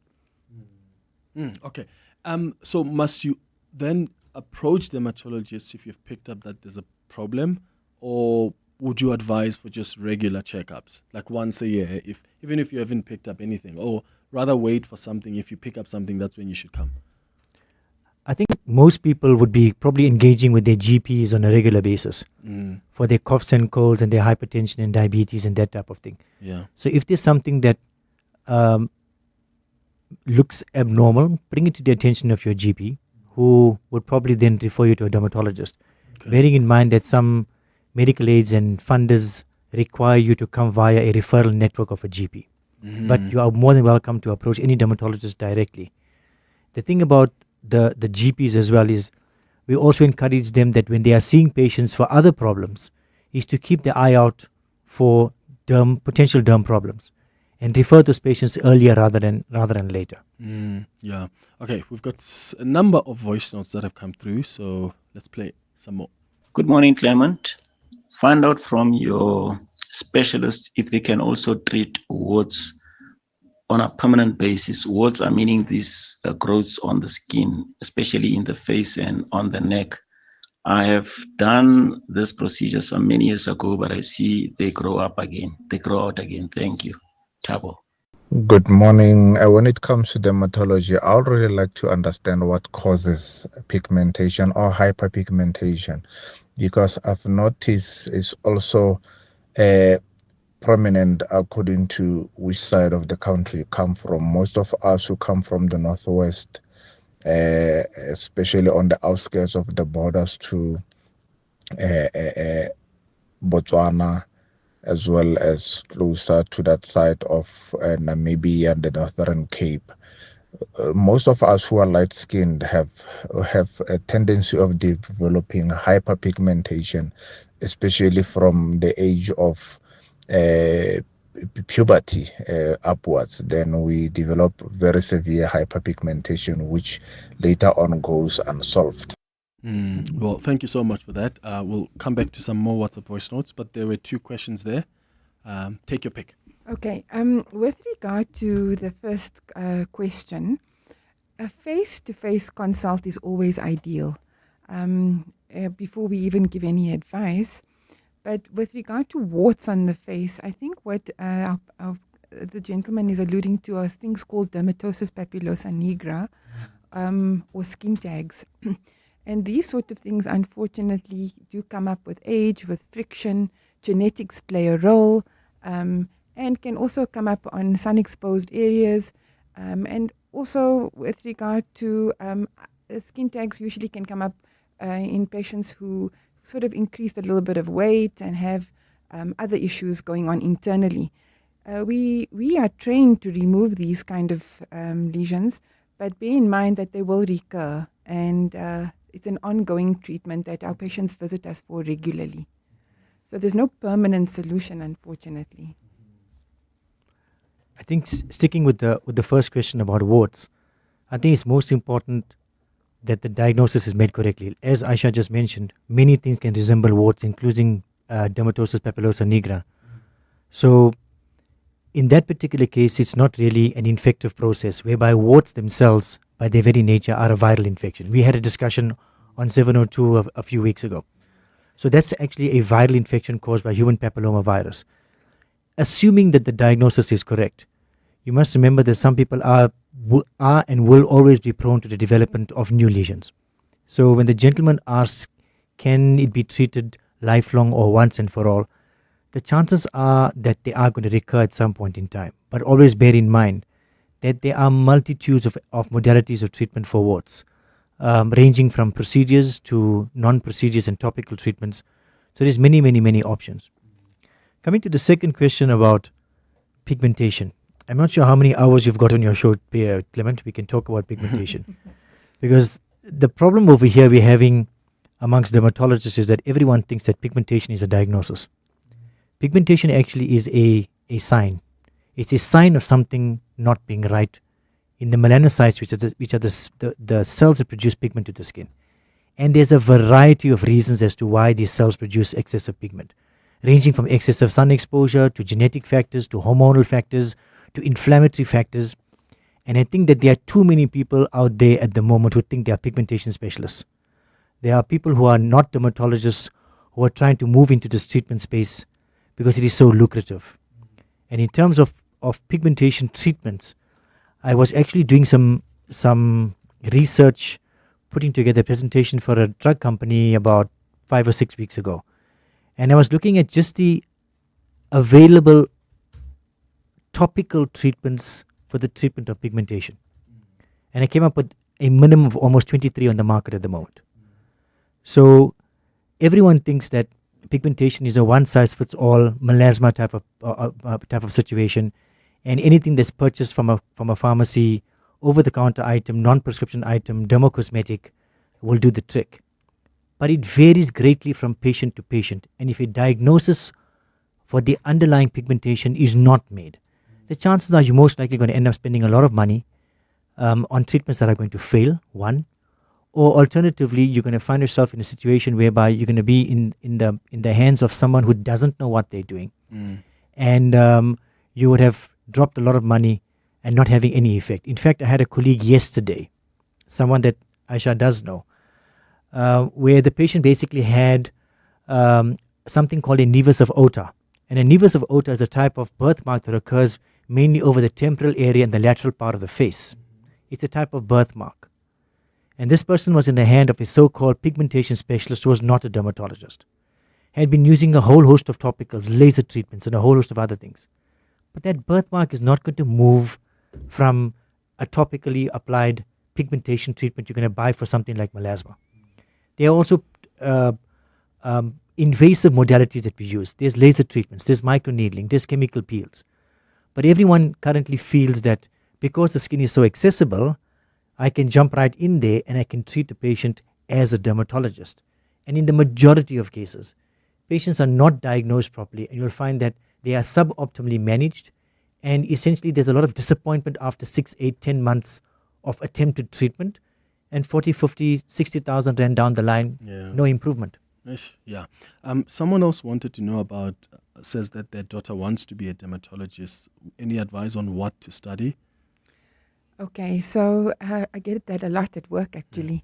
Once I've treated my patients, they think it's a very glamorous job. They want to be like you. And they want to be, so they say, oh, doctor, I want to be a dermatologist. What does this entail?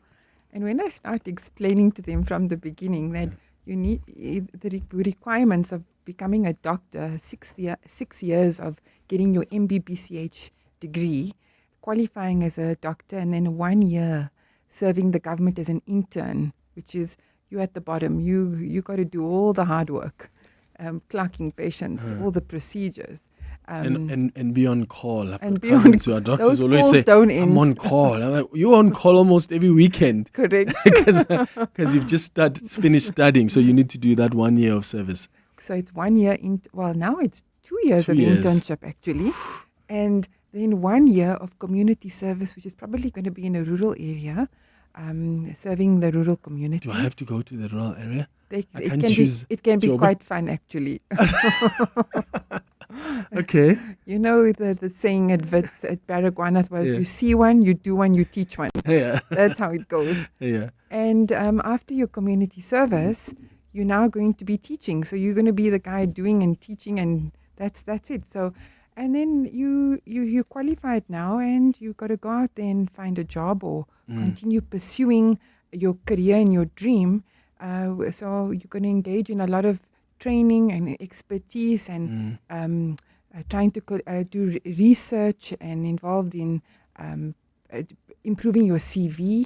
And it's a very lucrative and sought after speciality. So there's hundreds of applicants. So you're going to be attending multiple interviews, being disappointed time and time again that you were not the candidate of choice.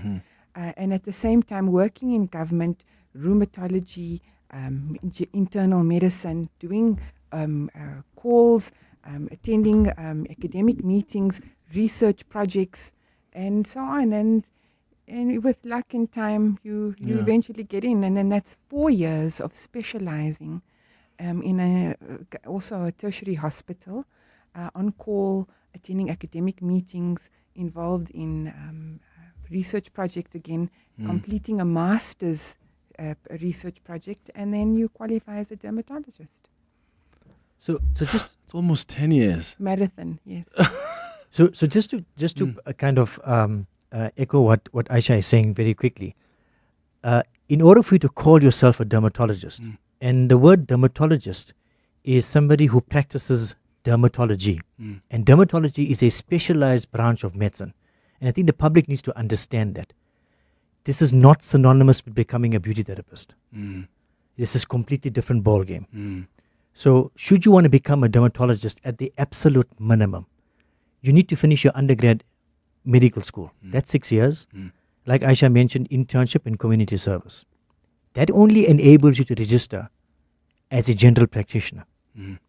Thereafter, you in most cases need to attach yourself to some sort of academic dermatology unit with an accredited registrar training number, which then requires you to train for a minimum of 4 years in that academic environment, doing dermatology and dermatology only. You don't do anything else. Majority of us who ended up in dermatology have had the need to go, prior to getting into dermatology, to do other specialties, related specialties. Internal medicine, pediatrics, rheumatology are all related. And then only do you have to write at least 2 examinations, a part 1 and a part 2, whereby part of your examination is internal medicine as well. And when you get your qualification of either a fellow of the College of Dermatologists or a master's in medicine, can you register in the category of dermatologist at the HPCSA? Then you can call yourself a skin specialist. I see. Oh, it's quite a journey. It's 9 minutes before 11 o'clock. Silati, I see you. I'll start with your call after the break. The Midday Report. Weekdays, 12 to 1. The High Court in Pietermaritzburg set to make a judgment on the reopened inquest into the death of the former ANC President General Chief Albert Luthuli. So do we have a decision there? The KwaZulu-Natal High Court has officially declared that Chief Albert Luthuli was beaten to death by apartheid police. Big breaking news. The former ANC leader Chief Albert Luthuli, who died in 1967. The death was not in fact an accident, but was the result of a beating. The Midday Report with Mandy Wiener. 12 to 1 on 702. Prime Media, South Africa's most trusted media group, presents Prime Impact, a free 1-hour business seminar running daily at the Prime Media offices in Sandton from the 3rd to the 7th of November. Learn how radio and digital can reach your target market and grow your business with more customers.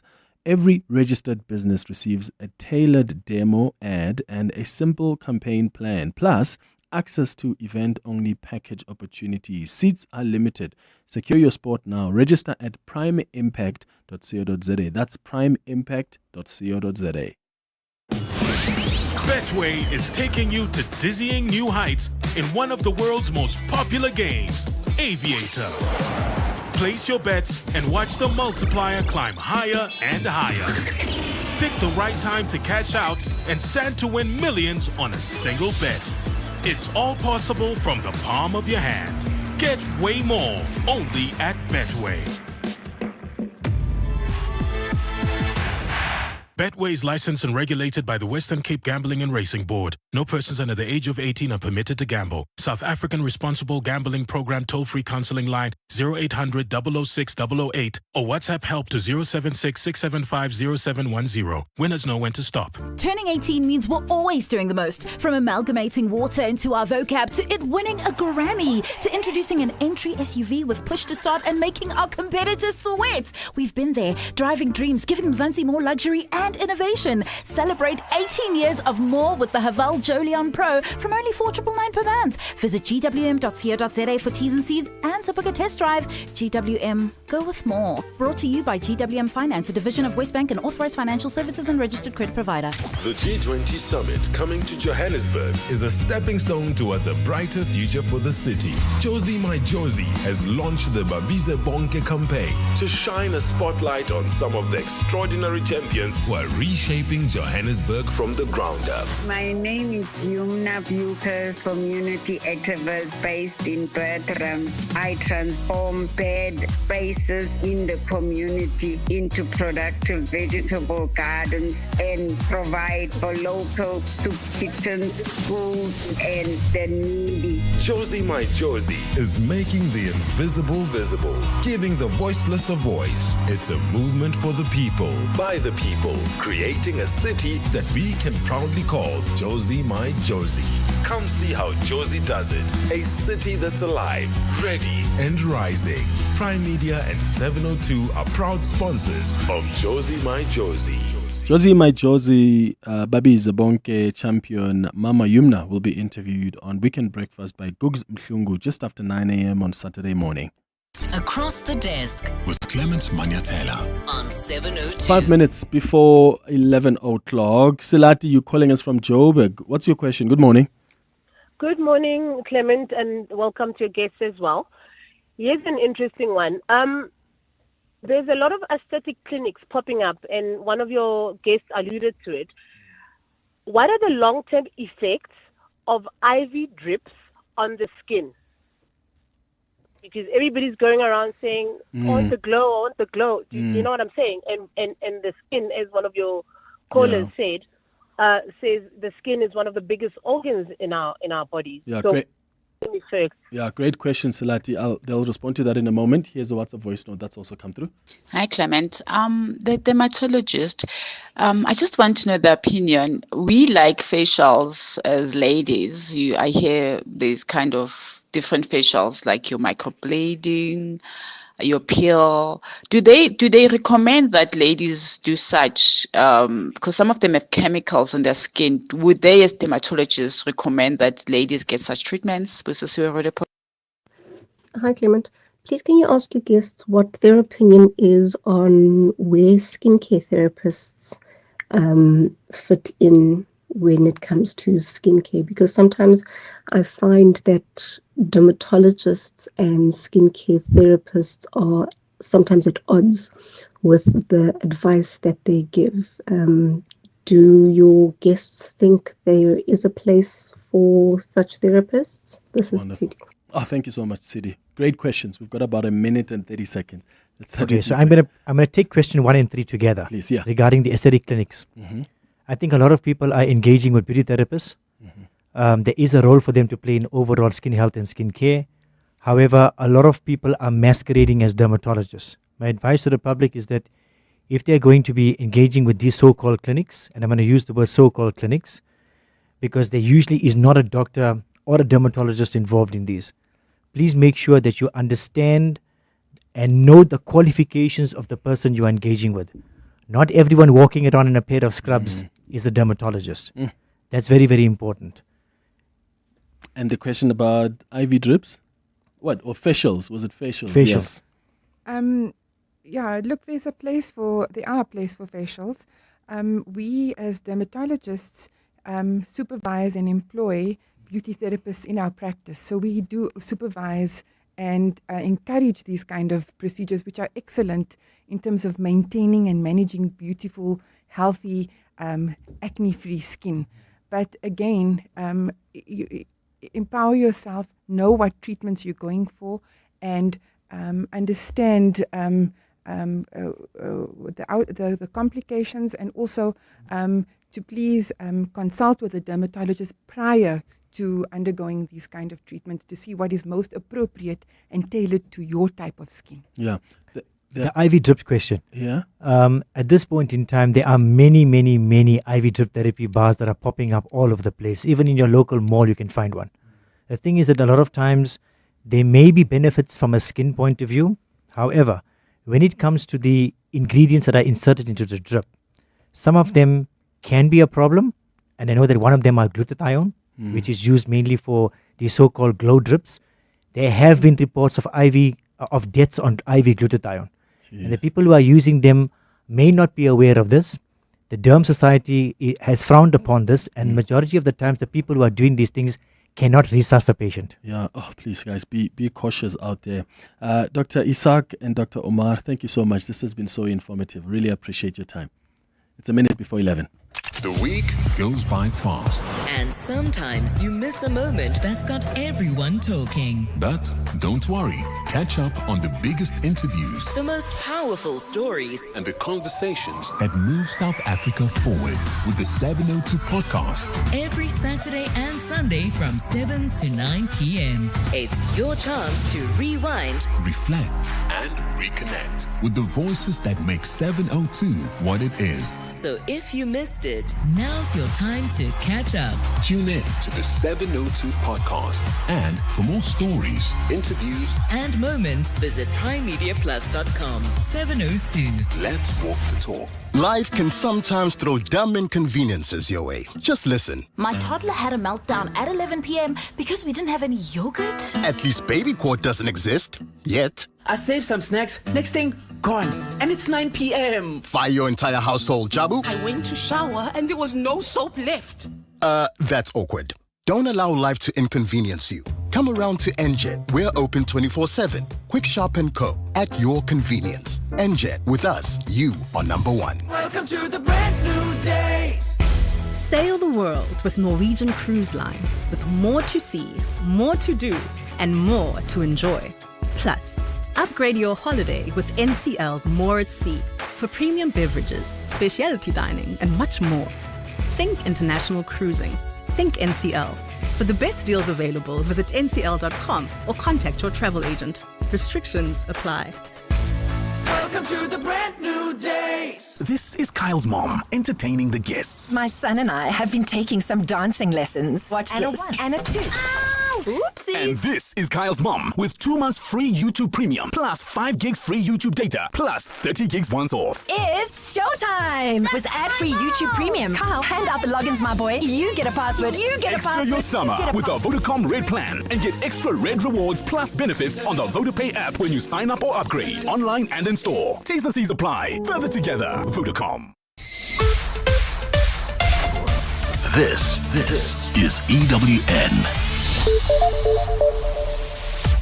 Good morning, I'm Sfiso Zulu. Joburg Mayor Dada Morero has admitted that the upcoming G20 summit is being used as a catalyst to provide services and clean up the city.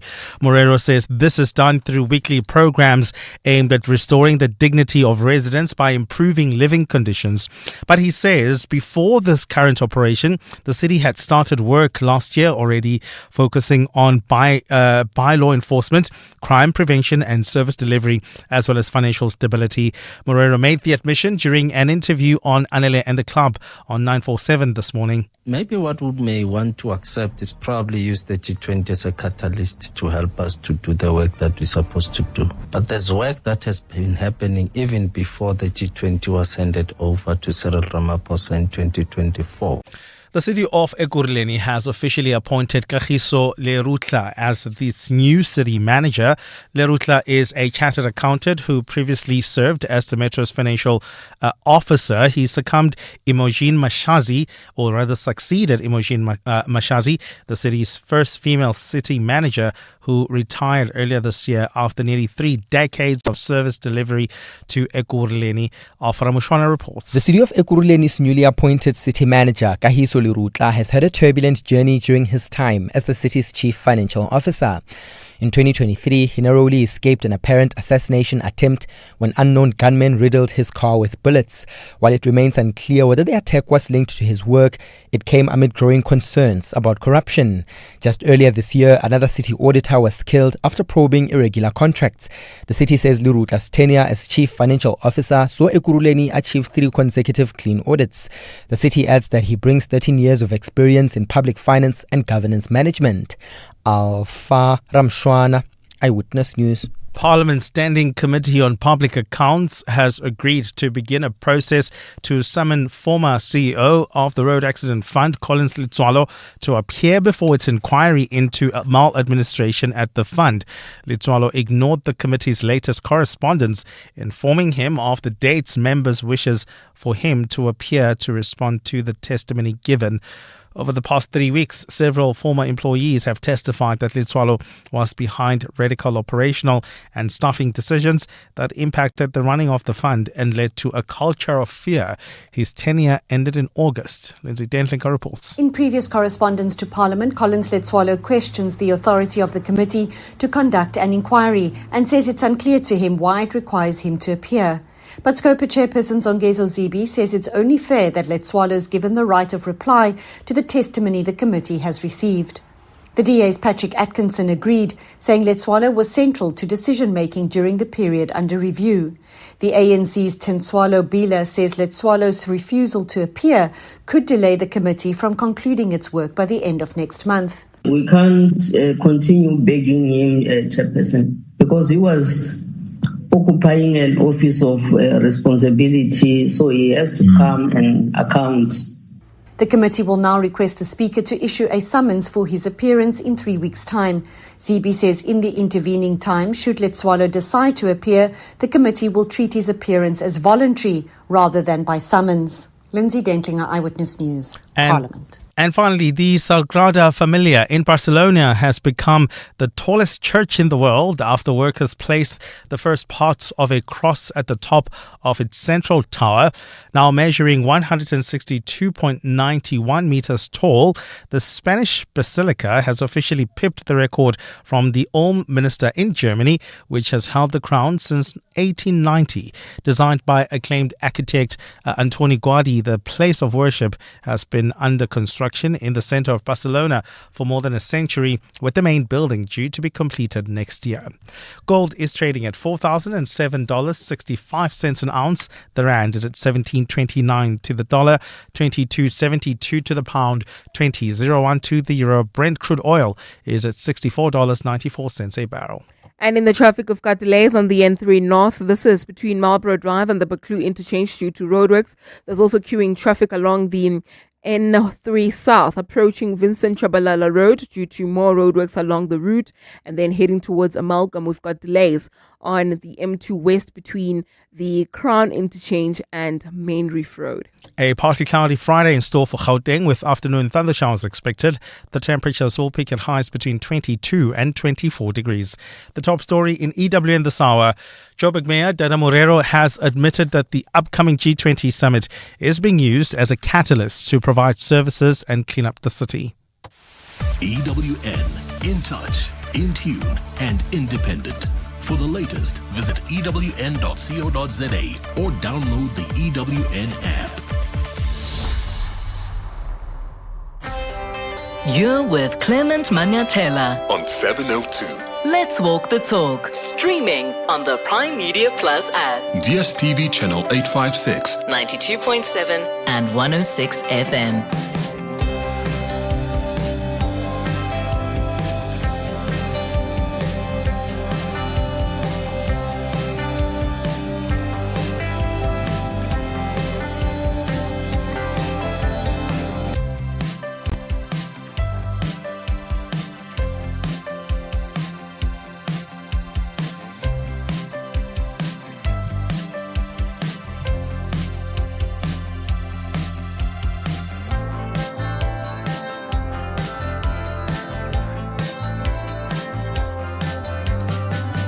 Eight minutes after 11 o'clock, Dumelang, Sanbonani. Not this beautiful. Is it raining or not there outside? Like the weather is weathering, but not really weathering. I don't know what's going on, but I hope you're good. on this Friday morning. I hope your day is going well so far. This is the third and final hour of the Clement Manyathela Show. And every single Friday around this time, we do our relationship feature. Relationship issues, Relationship talk. on 702. On our relationship feature today, we're discussing marriage burnout. What is it? How can you overcome it? Marital burnout is more than just the occasional conflict, but that persistent feeling, you could argue, of being drained. Maybe you're feeling disconnected in your marriage.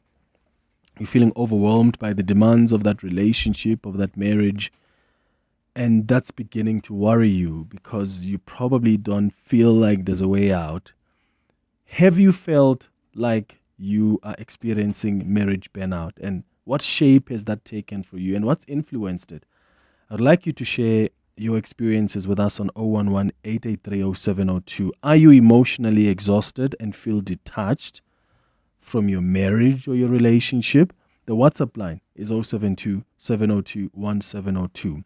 Dudu Nhlabati Matonsela is a relationship coach who's with us in studio. He's going to guide us through this conversation. Dudu, thank you for making time. Welcome back to the show. How are you? I'm okay. Is it raining outside? No, not yet, but it's not that cold. Is it going to rain?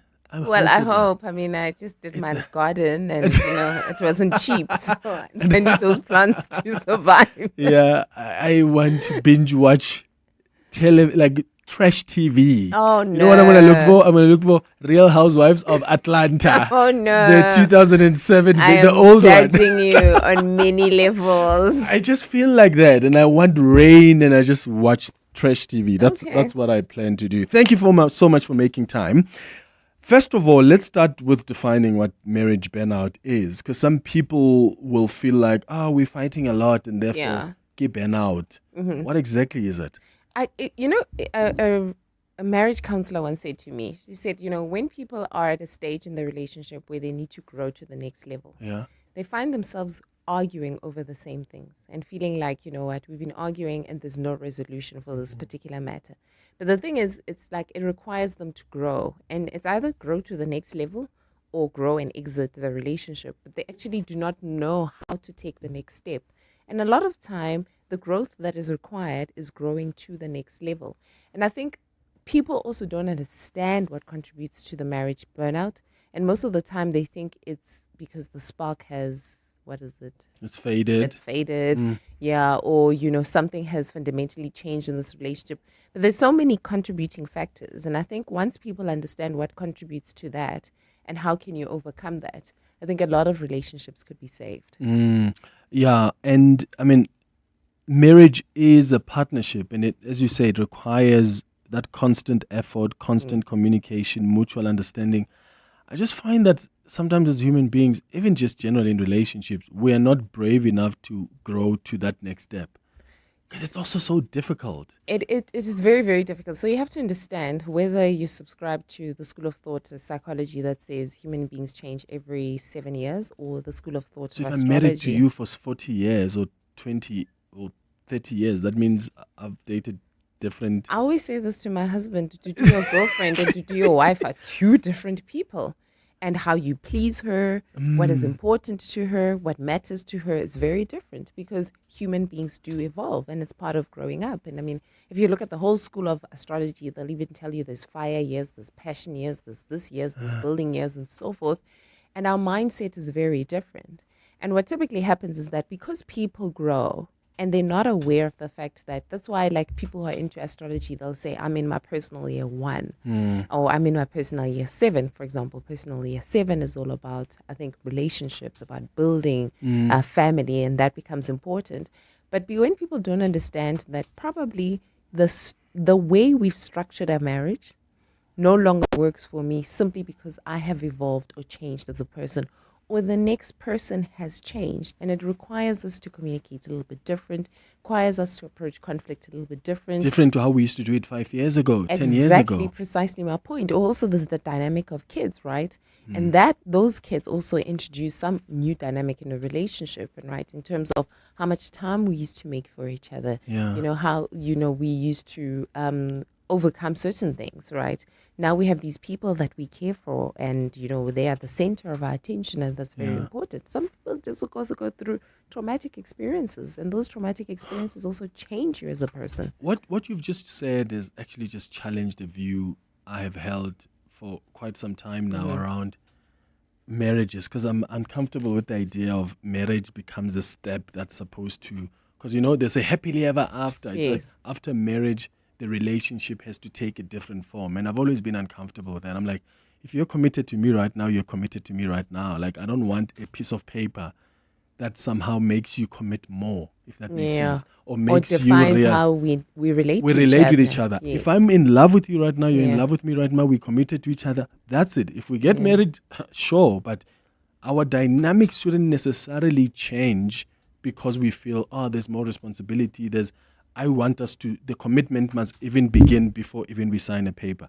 But where I think you're challenging me is things are going to change. Yes, because, it's inevitable. Yeah, for instance, if you move in with someone, that's a different dynamic to when you guys stay separately. Exactly. If you've got kids with someone, that's a completely different dynamic, whether you're married to them or not. Yes. And you've got to appreciate that change. And it's the expectation, when you go back to the whole marriage burnout, right? Sometimes our expectations are such that when there's challenges in a relationship, we think that, this relationship demands too much of me. But the thing is, it's just adjustments. And because you have this expectation, so if you walk in with an expectation that it's supposed to be perfect, we're supposed to communicate perfectly all the time, we're supposed to get each other and so forth, it's supposed to be the way we used to date. The minute you walk in and there's now other dynamics, your wife didn't sleep. So for example, there's another stat that emerging that a lot of women divorce their husbands during menopause years. And I always say, Rakhadi, maybe you don't need to divorce that man, you just need hormone replacement therapy, right? But if you have this expectation that, like for example, I'm a perimenopausal woman, I don't know how my husband is dealing, but good luck to him and poor husband and everything that comes with it, right? You are in our thoughts, husband, in this difficult time. Exactly. And if he was expecting me to behave like the girl that he met 10 years ago, it's impossible. Like, it's just impossible. Like, my hormones do not allow me to do that, right? And before even I went on hormone replacement therapy, I was highly irritable. I was highly this and so forth and whatever. And imagine now you walk in with this expectation, and the minute now this person is evolving because of health issues or whatever it is, because she's evolving, you feel like, actually, I'm burnt out because I'm putting far more effort than I used to put before. But maybe this effort is required for this phase of your marriage. Phase, yeah, and it's only for this period. Exactly, precisely my point. So then what justifies walking away as a result of burnout? Like, how much marriage or relationship burnout is just enough? Or is that subjective? Do you know what? First, there needs to be an awareness. An awareness that there's what the burnout that you're experiencing is because of these issues. Because if you have no awareness, then you don't know what to solve for. Then you have to try and solve for what you're solving for. So a lot of women would say, they'll try and address these issues. So for example, let's say, you're with a hard-headed person who the idea of, you're menopausing, then I need a second wife, right? Or I need a 2000 to entertain me. That person's not trying to solve for the relationship, right? Or if you're saying, okay, let's go to therapy, or let's say a simple thing as let's get an au pair. Like, I have too much on my plate, and the person believes that I'm a traditional man and you're a traditional woman, and this thing of getting help does not work because then you're not showing up for my kids the way I want you to show up. So once there's an awareness and then you try to address it and there's resistance to addressing it by one of the parties, then that's when you have to think about, this relationship might turn out to be toxic. Is this something that I want to carry on with? So if you experience that burnout, so how do we differentiate between burnout and like the normal ups and downs of relationships? So it's constant fighting and over the same issues. And you feel like you cannot resolve them, and the other person doesn't hear you. No matter how much you try to communicate, no matter how much you adjust your communication style, but you feel like the other person just does not get you, and the person also feels the same frustration about you. And that's when maybe you are not getting yourself. Exactly. And actually, that's a very good point. Sometimes you're not. Yeah. Like I said, before my hormone replacement therapy, I was a tyrant at home because Yeah. I wasn't getting myself. I wasn't Yeah. understanding what was happening to me, right? And sometimes you just need, like I always say, when you get to that point, it's almost like stalemate. Mm. You need an outsider to intervene, be it that outsider as a doctor or a psychologist or a marriage counselor. pastor. Mm. You now need somebody to step in because you guys are stuck, and you need somebody to help you get unstuck. Yeah. So to make sure that I'm understanding you, basically marriage burnout doesn't necessarily have to end in a separation or in Nope. divorce. You can sit and think about it, do an assessment, and if needs be, bring in a mediator. Yes. Because clearly you guys are not hearing each other. Uh-huh. You've reached a stalemate. Bring in a mediator. Okay. So do you think that, the divorce rates are going up? Yes. And I often wonder if... But in a certain income segment. Tell me more. So if you actually look at the stats even around the world, Uh-huh. the divorce rate amongst higher income segments is stable. The divorce rate amongst lower income segments is increasing. What does that tell us? Well, the idea is that marriage is for the affluent, one. Mhm. And basically, if a man can look after himself, he has the confidence to look after his family. Mm. But also what you're finding that affluent people usually meet each other in the spaces that they occupy. Mm. They usually meet in university, they meet in corporate, at a certain level of maybe income levels and so forth. And they bring less issues around money and stability. So they have less issues amongst them. So in the lower income groups, what you're finding is that because people don't have the stability, even the financial stability that they need, that gives them the confidence to look after their family, that results in a lot of conflict. And also what you're finding is that if a man cannot look after himself, he's less likely to take on a wife. Yeah. And you're finding that those relationships tend to have issues around commitment and stability, but it's mostly finances. But our grandparents were able to do it, even coming from low income households. And I will acknowledge that the times were different then. And the reasons divorce, for getting married how dare were you. different. And the reasons for getting married were different as well. So we're living in completely different times. Now we to marry then. for happiness and not necessarily for survival, especially women. Happiness? Yep, we're marrying. So not financial stability sometimes? I or- know in South Africa it seems like because of the economic times that we're going through. But the thing is, there's a statement somebody said. He said now that women no longer marry for money, men have to be likable. And basically, if you look back, a woman could not own property. There's certain things that they could not acquire without a man. The structure of the world was such that if you had a male partner, it was easier to navigate that particular space. Now it's immaterial whether you have a male partner or not. You can still prosper as a woman economically. So when you're choosing a male or you're deciding whether you want to stay in a relationship, now they call them gray divorces, right? Where a lot of people with gray hair are not considering divorce. And if you look at it, they've stabilized their lives. I no longer need economic security in order to be with somebody. Then I start looking at a person whether I like them. I apply a different set of standards than I did when I was making the decision out of economic survival. I have heard of, I've seen a few women who have said, I do want to marry someone who is financially stable, who can take care of me. Yes. But it's no longer the only measure of whether somebody. So, I always say that, if women want to, and I'm not gold digger tendencies, but if you want a resourceful man, date within the pool or play within the pool of those resourceful men, but find love within that pool. Do you get what I mean? So you have a standard, you're like, okay, I want him to be able to look after himself, to, he's not going to be a financial burden to me. Whether we do 50-50 or he looks after me, it doesn't matter. You can have that standard where you look within that pool, but within that pool, if you have 100 men that meet that standard, find love within that pool. I don't know if you get what I mean. Some men feel the pressure, and I think this is where marriage burnout also affects them. It's just that burden of responsibility. Because there are some men who just feel like there's so much pressure placed on me to provide, to protect.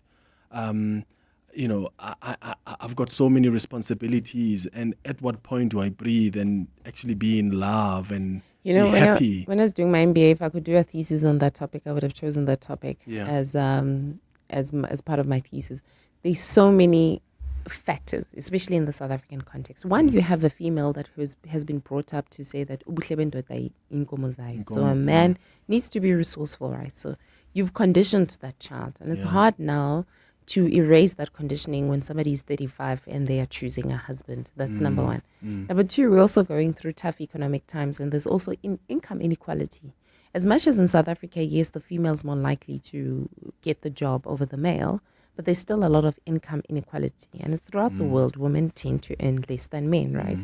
So also and then women take on responsibilities in the marriage, nurturing responsibilities that also delay their career prospects, right? So even the ability to command even if they started their career at the same time, but the man is more likely to earn more than the female, and simply because when she goes on maternity leave, she takes a step back from her career. It can take them up to 2 years for them to recover and, to get into the momentum of growing again and so forth. So when a woman, when a lot of men are saying, we are experiencing a lot of the burden of saying that we must look after our family, it's because you have somebody that, one, has the expectation that you should be able to look after the family, and number two, cannot command as much income as they desire to command, right? And I'm keeping the family together. I'm making sure that, there's stability, you come home to a warm home. So the expectation is that when you run, you should run because you have less things that you're carrying, more than I'm carrying, less than what I'm carrying. So you should be able to run. So that's that expectation. But I also think there's pop culture, whereby now the narrative on social media is indoda must. And I think that because also of tough economic times, whereby when people cannot look after themselves and there's income inequality, then they tend to look at somebody else to save them. And there's a lot of women out there who have this entitled mentality, not even a desire anymore. Entitled mentality that indoda must. And so what you're finding as the natural need because of circumstances and also the evolution because of toxic culture that's been introduced into the market, you're finding a blend of these two things. And a lot of men are now experiencing that pressure to perform and to show up in a certain way. And especially in the economic conditions that we find ourselves in, where a lot of men cannot also command the type of income that they would desire.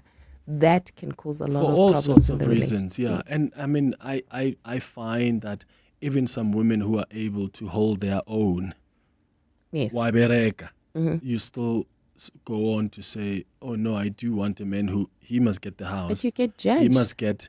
You see, Clement, as a female, when you bring a boy home, the first thing they actually want to see is the fact that can he stand on his own? So and I'm not trying to defend women here, but I understand. If, let's, for example, I come from a home where my dad said, you cannot bring an uneducated boy home, right? Basically, my dad was trying to say in a nice way, you cannot bring a man who cannot look after himself home, right?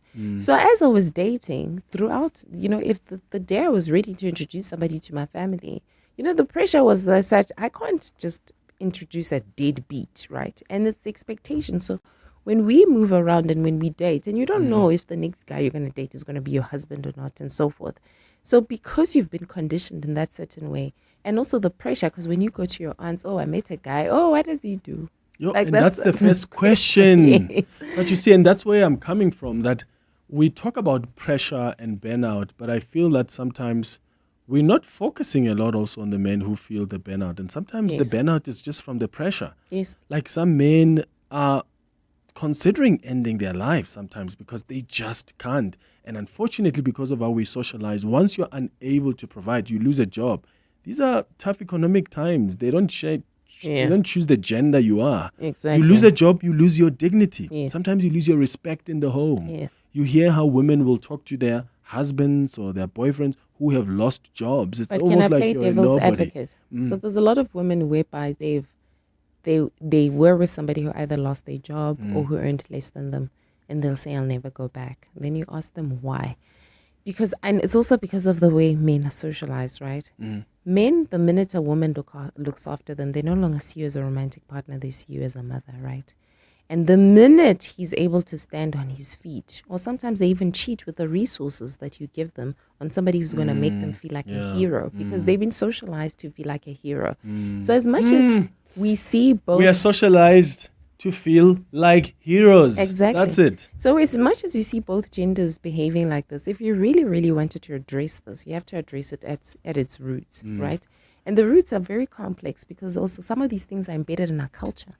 Some of them are embedded in how we raise men, and we say this is the identity of a man. So as much as we can talk about it here, but unless as a collective we decide that we're going to raise our kids a little bit differently, we're going to always have these issues. Let's redefine this entire thing. I think we still have an opportunity to do that. Okay, there are some WhatsApp voice notes coming through, some calls as well. We're having a conversation this morning about marriage burnout, or maybe for you it's relationship burnout. Because yes, relationships or marriages, they'll begin with so much love, there's a lot of enthusiasm, but then over time, various stresses can lead to marital burnout. That state of emotional exhaustion, detachment and frustration within a marriage, and maybe for you it feels differently, but you do feel like I'm at a stalemate here. Like I'm at a crossroad. I feel like there's no way out. What's causing that for you? And do you think there's a possibility you can overcome that? Share your experiences with us on 011-883-0702.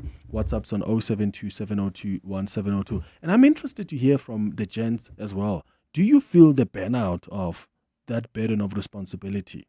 Because we are also ashamed to talk about it. Because when you talk about it, I can bet you someone will tweet me and say, hey, we're not ngame. You cheapskate. Yeah. Cheapskate. Cheapskate. Are you a cheapskate? Maybe there's a better word for like it. You are stingy. Yes, stingy. Yes, stingy is the much practical. Then people call you stingy because you're trying to have a conversation about, sometimes, guys, let's just rationalize resources. Like if as a female, you are earning more than me and you want us to go on holiday, you are putting in 50,000 rand, I can put in 20,000 rand. What's wrong with that if that's how much I can afford? Because you're going to take your slay queen on holiday with the 30,000 that you didn't put into the buckets. The hero in you. So the issue there is trust. The hero in you is going to take the slay queen on holiday. Oh my goodness. It's 11:30. Time for the latest in Eyewitness News headlines. Mbali, good morning. Thanks, Clement. Good morning. Joburg Mayor Dada Morero has assured residents that service delivery programs, which have been fast-tracked as a result of the upcoming G20 summit, will continue beyond the global gathering. Morero made the remarks during an interview on Anele and the Club on 947 this morning. He says the summit is being used as a catalyst to provide services as well as clean up the city. The city of Ekurhuleni has officially appointed Kagiso Lerutla as its new city manager. Lerutla is a chartered accountant who previously served as the metro's chief financial officer. He succeeds Imogen Mashazi, who retired earlier this year after nearly 3 decades in service. And Gauteng police are urging health facilities to report any person who may approach them seeking treatment for gunshot wounds. The call comes as police continue to search for suspects linked to the murder of taxi boss Molefe Moekeletsi and one of his bodyguards in Marlborough. Moekeletsi, chairperson of the Alexandra Randburg Midrand Taxi Association, was shot and killed yesterday. Those are the headlines this EWN and more at midday or as it happens. EWN Traffic. Traveling on the N12 East, we've got an accident. It's a major one in Eldorado Park. It's right near Cliffspit Valley Road. It's causing heavy traffic volumes. Please be on the lookout. In fact, if you're traveling out of Protea Glen towards Eldorado Park, do expect heavy traffic volumes along this route. This is due to, one, the roadworks that are taking place along this route, faulty traffic lights, and then this accident that's been reported there. So do expect about a 20-minute delay in total. While traveling on the N3 North, we still have got roadworks taking place near the Baklu interchange. Delays coming out of Marlborough Drive. There's also queuing traffic on the N3 South approaching Marlborough Drive as a result, while heading towards Bedford View, queuing traffic on the N3 North between Van Buren Road and the Kilulis interchange. Well, that's your last update from me, Amo Ramela. Karabujali will have your next traffic update from the top of the hour onwards. Stay tuned. There's more EWN on air, online, and on the EWN app. John Perlman. Weekday afternoons, 3 to 6. One of the things you've developed at Standard Bank is something called the Africa-China Trade Solutions, ACTS. What particular problems does that address, and how does it address it? I would have thought getting your foothold in a foreign market is generally complicated. I don't know if China's more complicated than most. So China is very dynamic, and it's a massive market. As you can imagine, there's about 1.4 billion people. So the Africa-China Trade Solutions are designed to simplify and accelerate trade. John Perlman. 3 to 6 on 702. Don't just hear the roar, feel it live. DP World Lions are unleashing their legacy of champions in the explosive T20 challenge. The pride of Jozi, the Lions are ready to pounce on Poland in their season opener at the DP World Wanderers Stadium. Sunday the 2nd of November at 2 p.m. Feel the thrill of smashing sixes, stunning catches and nail-biting finishes. Get your tickets today at Ticket Pro or visit the DP World Lions website. Don't miss the action. Be part of the legacy. The milk steamer was loud. So loud that Lungi heard hot milk instead of oat milk. It was bad. So bad. The milk didn't really sit right with the lactose-intolerant customer. It was bad. So bad. Too bad they didn't have Yoko Counter. With Yoko Printer, orders flow straight to the barista. So good. Yoko Counter. Super simple POS and payments in one. No contracts, no hidden costs. To walk the talk is to turn words into meaningful actions. And it's what we at 702 are committed to doing every day. We're also committed to following the rules set out by the Broadcasting Complaints Commission's Code of Conduct. To give you balanced programming, fair comment, and accurate news. But if we stumble along the way and you feel we're not living up to the code, let us know on comment@702.co.za. And if after that you're still not happy, you can direct your complaint in writing to the Broadcasting Complaints Commission, PO Box 412365, Craig Hall 2024. For more, visit bccsa.co.za. While you're prepping for the best summer yet, well, make sure you are also planning for a successful 2026 and beyond with Liberty. Next Monday from 3 p.m., 702 Drive with John Perlman chats to Liberty financial advisor Sheila and Roby. From obtaining a financial plan to unlocking your financial potential, tune in to get the lowdown with Liberty on 702. Liberty Group Limited, a licensed life insurer, authorized FSP and part of the Standard Bank Group. T's and C's and risks and limitations apply. Relationship issues? Relationship talk On 702. 25 minutes before 12 o'clock. My goodness, we've spoken about so much with Dudu Nhlanhla, who is a relationship coach. But our conversation is centered around marriage burnout, or maybe it is fatigue that you're feeling in your relationship, in your marriage. How do you sit and understand what influences that, and how can you overcome it? I want to go to your calls now on 011-883-0702 and your WhatsApps on 072-702-1702. Hi, Clement. I just want to say marriage is a scam, man. You know, it's like if a man expected to cover everything, pay for a whole lot of expenses. Because if a woman pays for you, there's this notion like you're not a good man enough. How can a woman like cover so many costs, pay for the bond, school fees, etc.? So it's like there's this pressure. We must be paying everything to prove that you are a man. And that thing is like kind of is not satisfactory, although it is very satisfactory for the spouse. Dad is paying for school fees, is paying for my car, is paying for the bond, you afford, so your marriage looks successful. But literally, like it's like now I've have this lifetime burden now, all of a sudden, just because I said I want to marry you. Good morning, Clement, and to your guest. What a very, very interesting topic. My experience has been like this. I married a very headstrong woman, bless her. And in the first 5 to 7 years of our marriage, we argued a lot, we fought a lot. And that time, we had a lot of finance. We were in a good space. And at that time, it was sort of like we were jostling for position, and it was more like a 50-50 in decision making. Fast forward to now, 13 years of marriage, and the dynamic has changed. And all of a sudden now it's like, but you're the man. So that's one of the dynamics that we have, and that challenges us as men. Chivas inbox. Yeah, thank you so much for that, Chivas. Let's play another one and then we'll come back. Hi, Clement. I just want to check with your guest there. In my case, my wife she's in the she's 55, and she started to drink heavy, and she drinks every day. Like now, as we speak, she's like been drinking. And she's like warakana, she's like insulting, she's totally different to that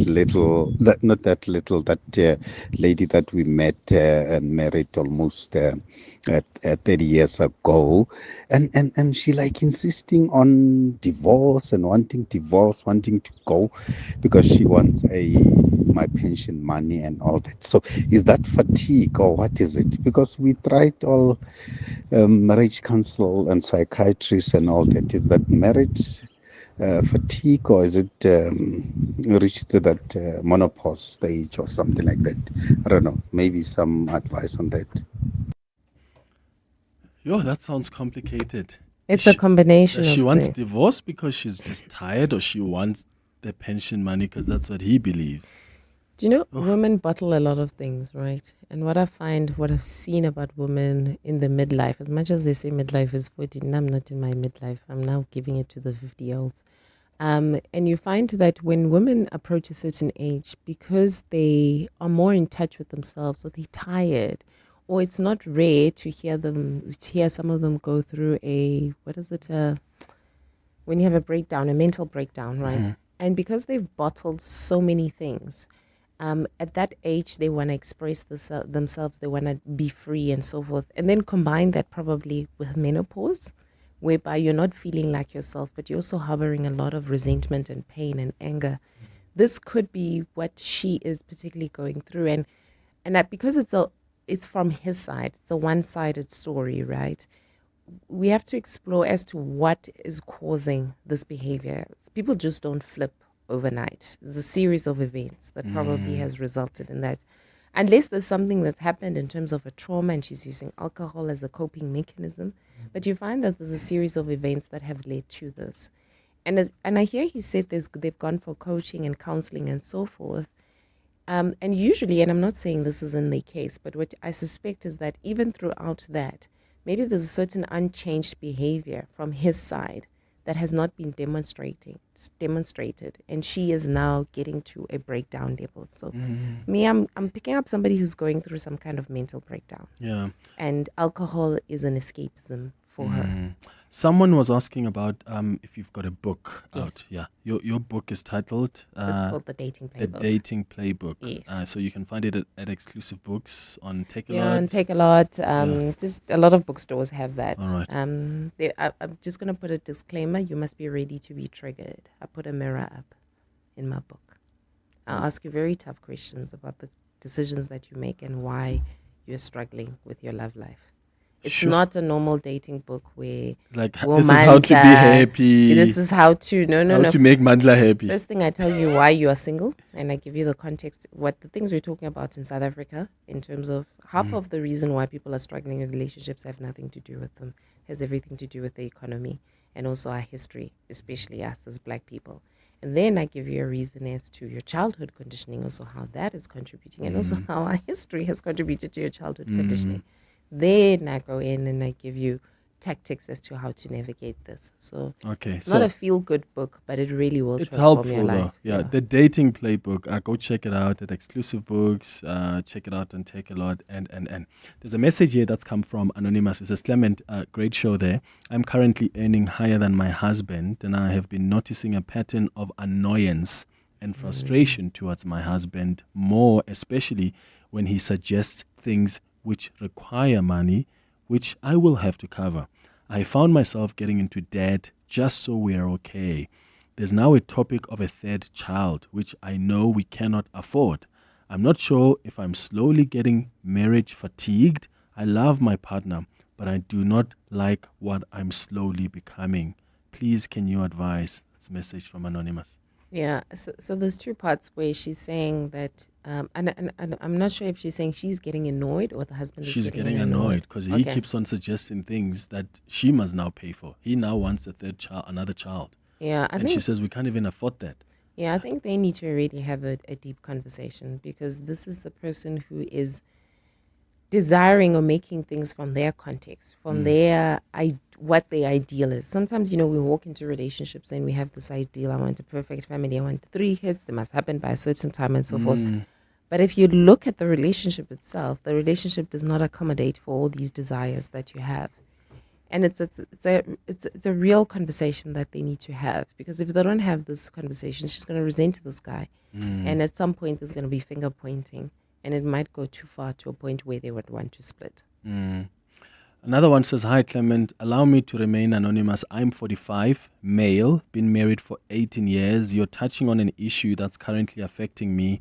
As I'm speaking to you now, I feel financially burdened, and my wife is always busy attending to her family's interests while I do the work and support the family and even her family sometimes. I feel like I'm getting nothing from this relationship. She doesn't know, but I'm planning to move out by early December. And I don't want to cause issues now because she's busy tendering to her family gathering plans. She's been away for 2 weeks, but I'm here. It's hard, but I've made up my mind." Oh, that's so sad. I'm sorry to hear that. But also I'm like, you're going to move out in December and the conversation hasn't taken place? Yeah, the strange things happen. But I want to actually use this opportunity, his story, as a teaching opportunity. You see, the way you start a relationship is how the expectations that's going to be set. So a lot of men walk into relationships and they want to be heroes. This idea of, I'm looking after your family and I'm looking after my family. So they overburden themselves with responsibilities. Because we socialized, right? Socialized, but also how coming across as a hero makes him feel, right? Fair enough. So sometimes people are chasing the feeling, even if it's to their detriment. And we are human beings, right? We're feeling human beings. But he has to understand that if he started the relationship as, I am going to save the day, your family, my family, this is probably the reason why he's overburdened. Now that he's overburdened and he's realized that this is no longer working, you must ask yourself, have you had the conversations? And when I say conversations, I'm not talking about when you're frustrated and you're fighting about money, and then you're shouting at each other. That's not a conversation. When you're both calm, have you had the conversation to say, this might have been the order of the day, but now that in retrospect, when I think about it and all the responsibilities that I have, this is no longer working in the relationship. How can we fix it? And if also she's created dependencies in her family because of the fact that you were helping her out, there's a transition period you need to allow.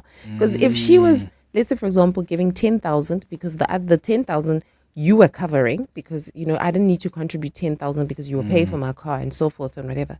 And these people, there's been a dependency, and there's a child who's going to varsity that this 10,000 pays for.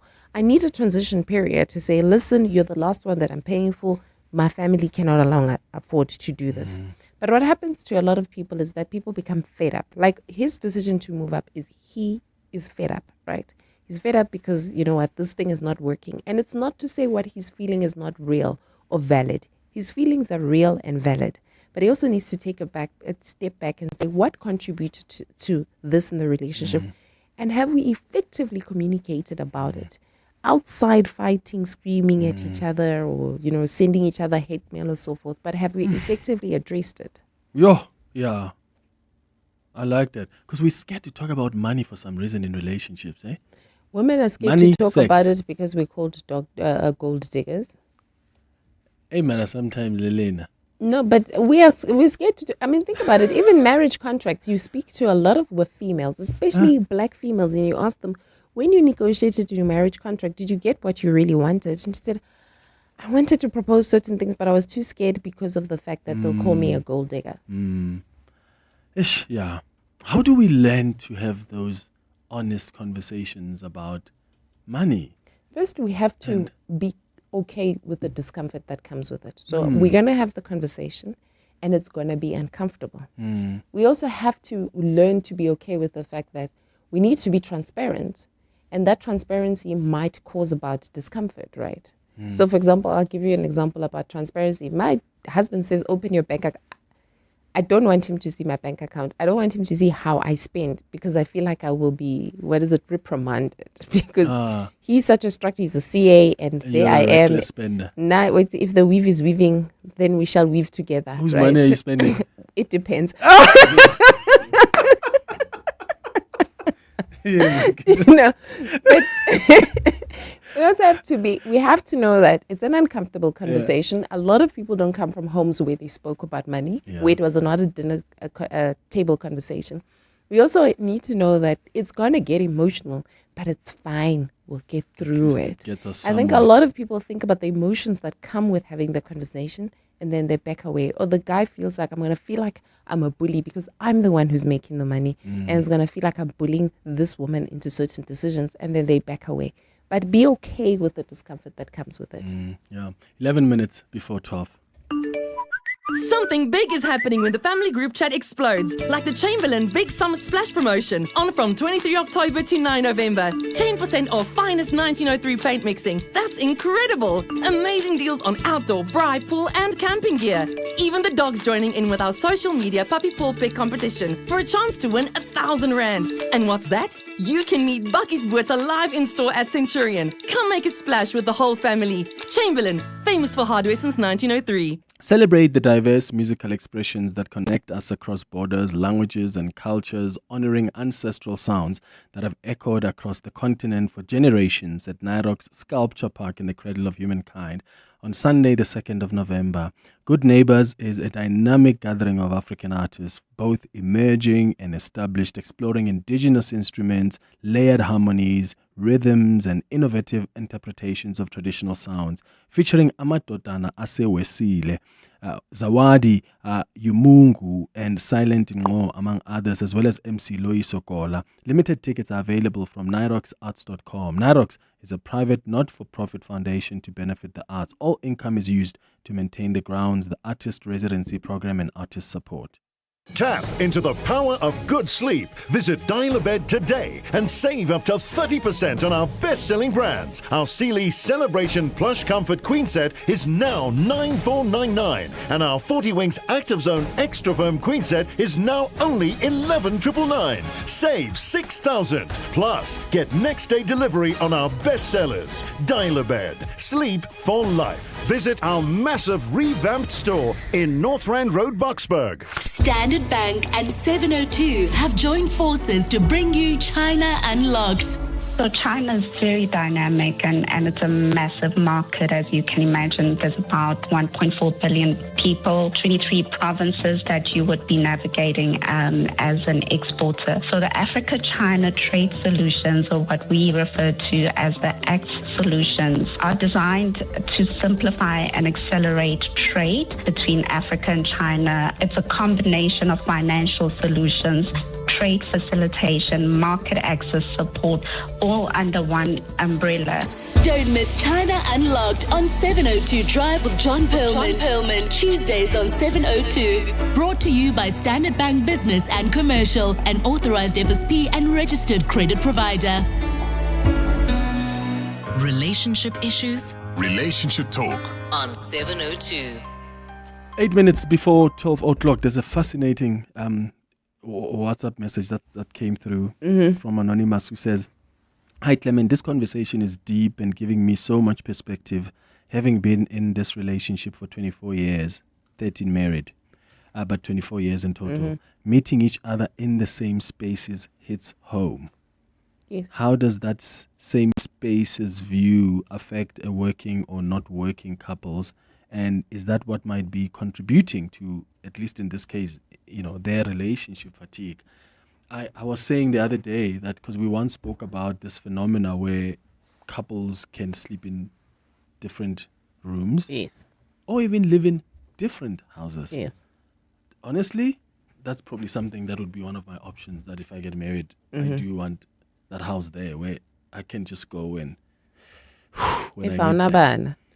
Hey, so, I mean, I once said on air that I wish if I have kids, I would like to rent them out when I'm tired of them. And I was told that's not an option. Doesn't work like but does that affect the relationship when, imagine someone who works at home or maybe doesn't work, and you are coming back from work every day, you find them in the house.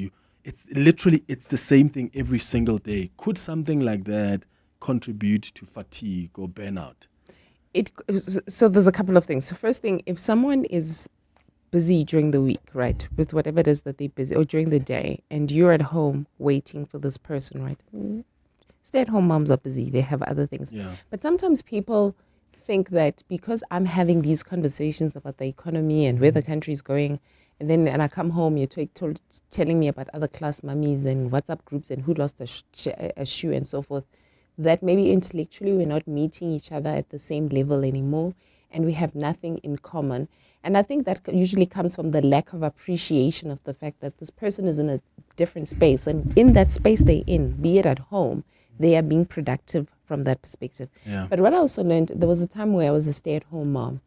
And the reason why I went back to work was because I started micromanaging my husband and my family. Because I had no other projects except for them, right? Yeah. And that can be very, very frustrating to somebody who comes home and they had a busy day. And now how can I get A, B, C, D, E, because I've been waiting for you for the whole day because you're my project, right? So that also can bring about a bit of tension. But those things are easily solvable. That's not something that, unless there's a deeper issue, those things are easily solvable. It's about appreciating another person's perspective. And I think most of the time, we're so concerned about you make me feel, I see the world in a certain way. But that you don't take a step back and say, let me appreciate where this person comes from and how can I receive them with care. Yeah. Another one says, Clement, 40 years in this marriage. He's 70. I'm 66. On my side, the marriage has faded. I'm stuck, out of love, in his late 50s and 60s. He didn't have time for me, running around with lots of women. Now he's sick and semi-blind. He wants to fall in love with me. It's too late. I won't leave him, but I'm just exhausted. She's a scorned woman. But unfortunately, she's making the decision to stay. And that man's not going to go anywhere, right? Why would he leave, right? I mean, you are her comfort. You make sense to him. You look after him now. And you've stayed throughout the years. But unfortunately, as much as, yes, I understand that because she's a scorned woman, it's very hard to have affection towards this man. But like she said, she's making the decision to stay. Yeah. So some of the annoyance that comes with staying, she needs to be able to handle it and stomach it. Yeah. Tutu Nhlanhla, thank you so much for guiding us through this conversation. A reminder once again, because a lot of you are asking about her book, The Dating Playbook. That's the title of the book, The Dating Playbook. You can check it out at Exclusive Books. Thank you so much for making time. Thank you. I wanted to talk about the grey divorce, which you mentioned earlier on. Yes. The next time when we speak. 4 minutes before 12. Aubrey Masango. Weekday evenings. 8 to midnight. Premier of Province of Gauteng, Panyaza Lisufi. What's your attitude to General Mkhwanazi's revelations on the 6th of July? When we had a vacancy for the Provincial Commission of Gauteng, I headhunted him. I spoke to him and I persuaded him to consider applying for the Provincial Commission of Gauteng. It's a person that we need as Gauteng. Unfortunately, when I went to consult the Premier at that time of KZN, he said no. That on its own is a demonstration that I value him, I hold him in high regard. Aubrey Masango. 8 to midnight on 702. 702. Get ready, South Africa. Mzansi Ballet proudly presents Sean Bovim's Private Presley the Ballet, a spectacular reimagining of the life and legend of Elvis Presley from his military days to his greatest loves. Experience the king of rock and roll story told through breathtaking dance, starring international ballet sensation George Wade from Mexico as Elvis and South Africa's own prima ballerina Angela Rivi as Priscilla. Beautiful singers Logan James and Patience Mahema bring some of his unforgettable songs to life. Don't miss this unforgettable tribute on stage at the Peter Turin Theatre in Monte Cassino, 24th of October on the 30th of November. Book now at Web Tickets. Lock into roaring rugby action this season with Hollywood Bets. Bet 50 Rand or more on any Vodacom United Rugby Championship fixture and you could win a share of 300,000 Rand in cash, betting vouchers or prizes. This includes Smeg bar fridges, macro vouchers, a Sharks captain run or a player's circle experience. Only the toughest team will prevail. Bet now and let the rugby rumble begin. T's and C's apply. Hollywood Sportsbook is a licensed betting operator. No persons under the age of 18 years are permitted to gamble. Winners know when to stop. South African Responsible Gambling Foundation toll-free counselling line 0800 006 008 or WhatsApp help to 076 675 0710. Who says everyday driving can't be très chic? Rent premium with Sani Sixt now. Own the stylish Citroen C3 later. Yes, that's 3 cars, 3 months, 3 chances to say ooh la la. Just book directly on sani.co.za. Call us or rent at any branch between 1 November and 31 January and you're automatically entered into the draw. Bon voyage with Sani Sixt and win. T's and C's apply. This week, 702 was in conversation with Auto and General about their events liability insurance. I think we cover all types of events, but also we cover the people who service these events, whether they're electricians that are putting up lighting, people putting up stages, it could be caterers, DJs. So we cover the events, but we also cover the small businesses or large businesses that service these events, especially at this time of the year in South Africa. I think the festive is already in the air and there are all sorts of events happening, and I think it's the perfect time to be discussing this cover. Visit autogen.co.za to get events liability insurance today. Auto and General is a licensed non-life insurer and FSP. T's and C's online. Coming up on the Midday Report with Mandy Wiener. How are you doing, Mandy? Very good, thanks. What's you? popping vandag? An update from government on phase 2 of Operation Vulindlela, the cooperation between Treasury, the presidency and the private sector. We'll hear about that. A suspect in court today for that shooting in Westbury. The city of Joburg and informal traders are battling it out in court today. We'll hear the case against strategic amnesty for corruption, case for and against. And it's Friday. Spots. And good things too. That's the Midday Report. Thank you for listening to the Friday edition of the Clement Manyathela Show. We'll be back with you on Monday between 9 and 12. Have a beautiful, beautiful weekend, my friends. Bye-bye. This is EWN. Good afternoon, I'm Bali Dlamini. Dozens of frustrated informal traders are picketing outside the Johannesburg High Court this afternoon. The Socio-Economic Rights Institute of South Africa and the City of Johannesburg are facing off in the court over the Metro's decision to remove traders operating illegally. The city says it will no longer allow informal traders to operate wherever they choose or without the proper permits. Alfara Mushwana has more. With the G20 Leaders Summit set to take place in Johannesburg next month, the City of Johannesburg has intensified its efforts to clean up the municipality. It believes that one of the factors contributing to untidiness at public spaces is the presence of informal traders who operate their small businesses in undesignated areas and without municipal approval. But this informal trader, who was also removed from his long-time trading spot in the CBD, says his livelihood has taken a knock. And we're supposed to be paying bills. So what are we going to do from now? It's been a month we've been sitting at home doing nothing. They wake up in the morning, they say, you don't put your stock. After they said they never chased us. Yes, they did chase us. Johannesburg Mayor Dada Morero insists the Metro is legally obligated to ensure informal traders operate with valid permits and only within designated areas. Alpha Ramshwana, Eyewitness News, Johannesburg. Let's move to Ekurhuleni now, where the city has officially appointed Kagiso Lerotla as the new city manager. Lerotla is a chartered accountant who previously served as the Metro's chief financial officer. He succeeds Imogen Mashazi, who retired earlier this year after nearly 3 decades of service.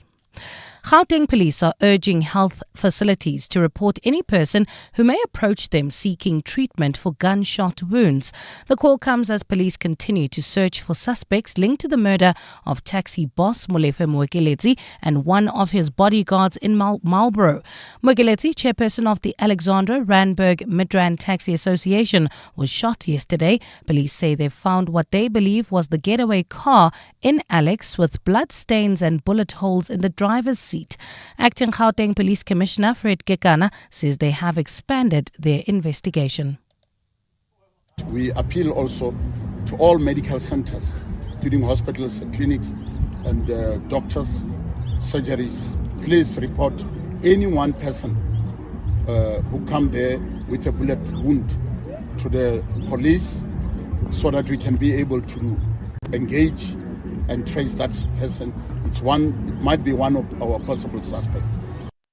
Western Cape Police are still on the hunt for 4 inmates who escaped from custody in 2 separate incidents. Last week, police alerted the public about the escape of Paulsmoor inmates from the Wynberg Magistrates Court. The suspects appeared in court on charges of illegal possession of firearms, housebreaking, as well as another warrant of arrest. Initially, 6 men escaped, and it's understood that only one of them is yet to be rearrested, while earlier this week, 3 awaiting trial prisoners escaped from the Strand Magistrates Court. The police's Joseph Swartboy. These circumstances surrounding this incident are under investigation. A team of detectives and crime prevention members are assembled to follow up all information in a bid to rearrest them. Investigation and the search continues. And Israel has returned the bodies of 30 more Palestinians to Gaza. It forms part of an ongoing exchange deal under a US-brokered ceasefire plan.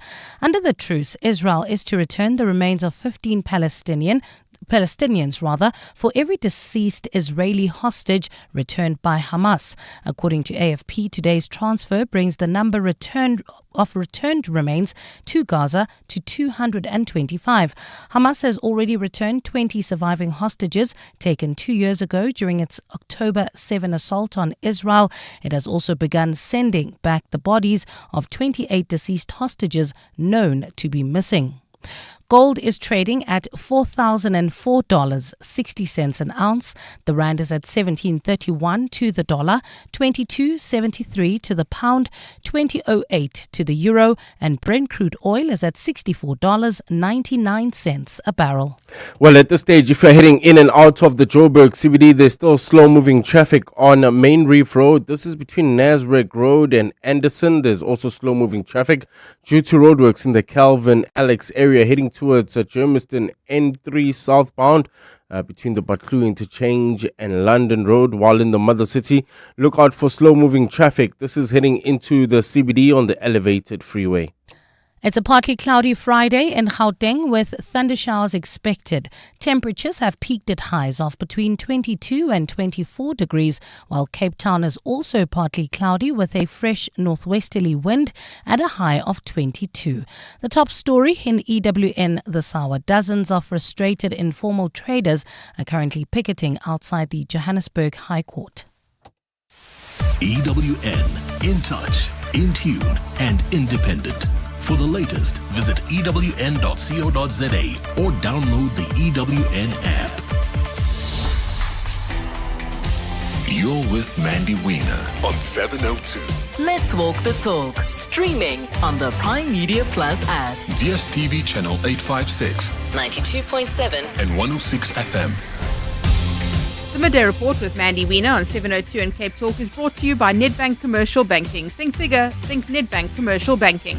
On the show today, an update on Phase 2 of Operation Vulindlela, a suspect in court for the Westbury shooting, the city of Joburg and informal traders backed out in court, the case against strategic amnesty for corruption, and it's Friday, so sports and good things too. All of that over the next hour. The Midday Report with Mandy Wiener. Streaming on the Prime Media Plus app, DSTV channel 856, 92.7 and 106 FM. Good afternoon. Welcome to the Midday Report on 702 and Cape Talk with me, Mandy Wiener. Good to be with you today. We'll take you to the High Court, where you heard in the Eyewitness News bulletin there about the protests taking place outside the High Court. And this is because of the challenge by Siri against the eviction of informal traders. So many of those informal traders, as you would have heard, are protesting at the moment as that court battle continues. So we'll speak to Alfred Mashwana about that. And then we'll speak to Juanita Hunter about an article or an opinion piece she's written as part of a broader conversation News 24 has been having around this idea of strategic amnesty for corruption. It's something that's been floated for the past few years, initially by Advocate Thuli Madonsela. What are your thoughts on amnesty for corruption? Is this the best way to deal with it, to clean the slate, to have civil servants come out and say, yes, there was corruption, and to give an amnesty period? Is this the way, or do we just fix the criminal justice system and what was broken in the first place? Send me a WhatsApp voice note, 072 702 1702, 072 567 1567. We'll be speaking about that a bit later on, but I'm interested to hear your thoughts. And then, of course, in the court also today, the suspect that was arrested for the Westbury shooting appearing in court today, 2 teenagers killed. Isn't it astonishing that this individual was arrested after writing his matric exam? So he wrote his matric exam, and then members of the anti-gang unit came and arrested him, and he's appearing in court. So, like, what are you doing while you're thinking about writing your exam? And suddenly the cops appear and arrest you for killing 2 people in a drive-by shooting. It's just crazy to think about just how that happens in circumstances. All of that to do with gang violence, of course. So lots to talk about today, but let's start with an update from the National Treasury and the Presidency on something that I'm very passionate about. I think it's an important project, an important collaboration, and that's Operation Vulindlela.